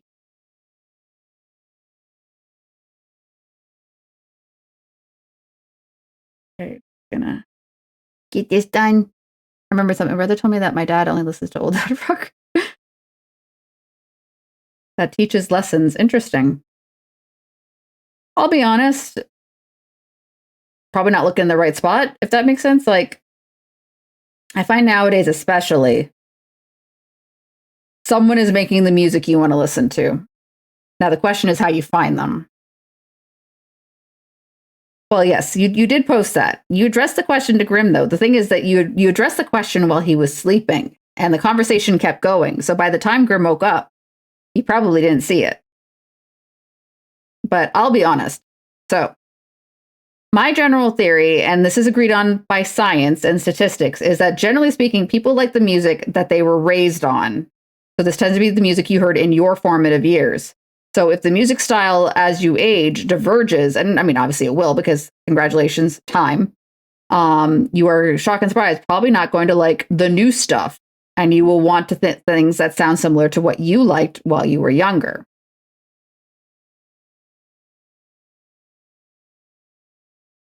And I have generally held the belief that, again, people are making the music I want to listen to. I just have to find them. There's no such thing as I remember one person, a friend of mine from years and years ago, he was just like, oh, I'm not going to bother to ever buy another album again.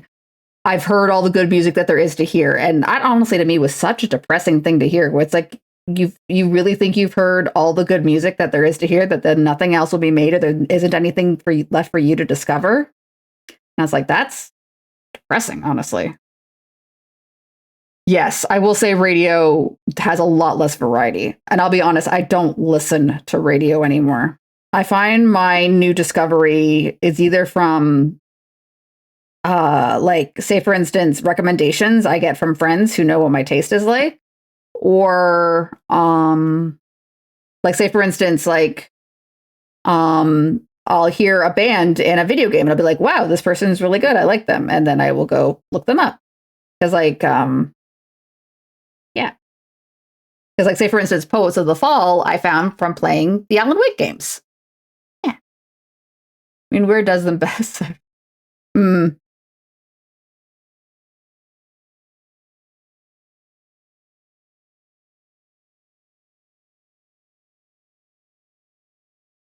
memes or games, yeah, I agree at this point.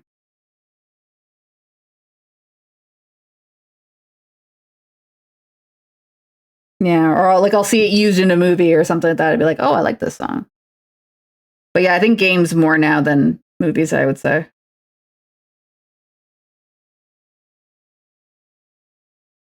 I think I'm getting pretty one more spot.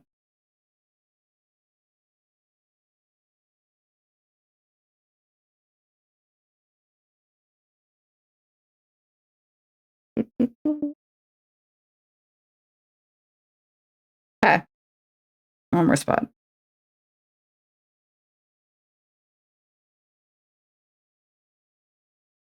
There we go. Blend that in.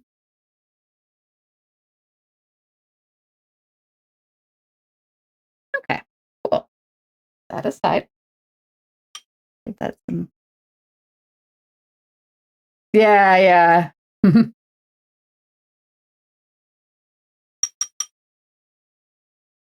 I'm not too sure. I'm not recognizing it offhand, unfortunately, Tater, sorry.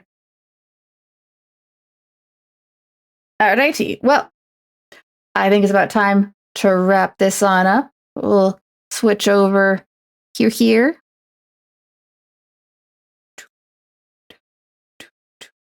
I don't have to put the thing here. I'll put that quickly. I'm going to quickly add source.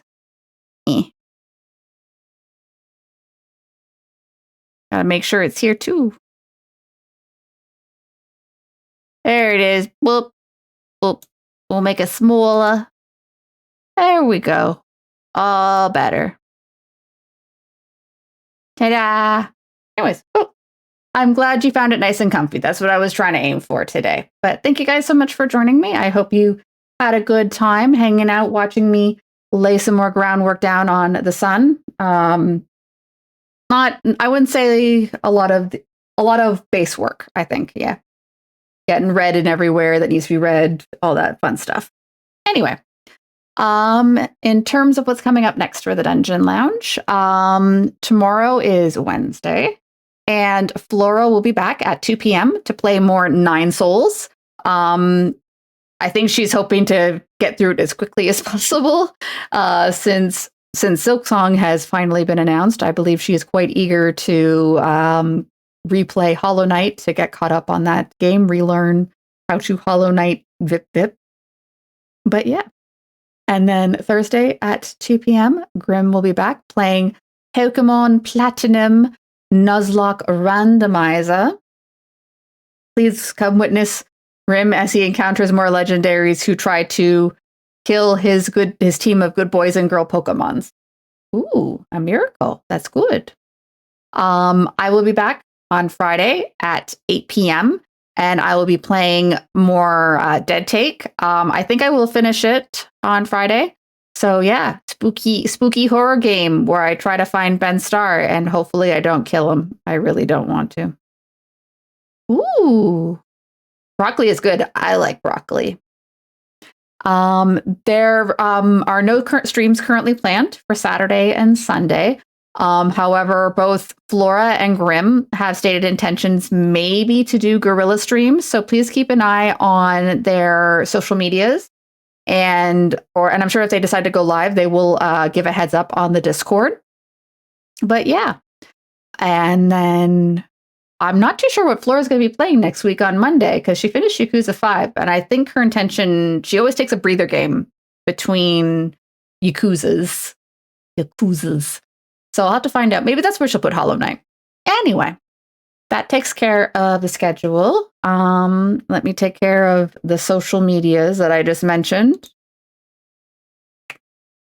Because if there are streams announced, they will be announced here or on the Discord, probably in both places because that would be convenient. Or if you just want to catch up on old streams, YouTube. Ta-da! All right, let's go find someone to raid.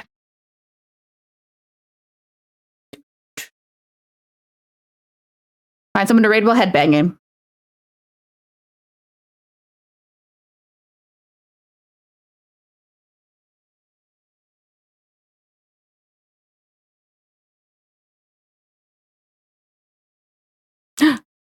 Cece, I'm going to bother Cece because it's fun.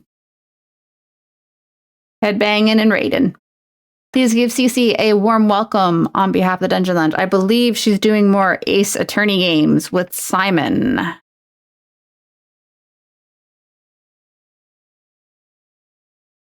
Yeah, Simon says. All right. All right. Off we go. Off we go. Good night, everyone, or good morning, or good afternoon. And yeah, hope to see you in one of our other streams. And yeah, do what SiriBot says. Stay hydrated and take care of yourself. Yeah, I hope things go well. All right. Goodbye, everybody.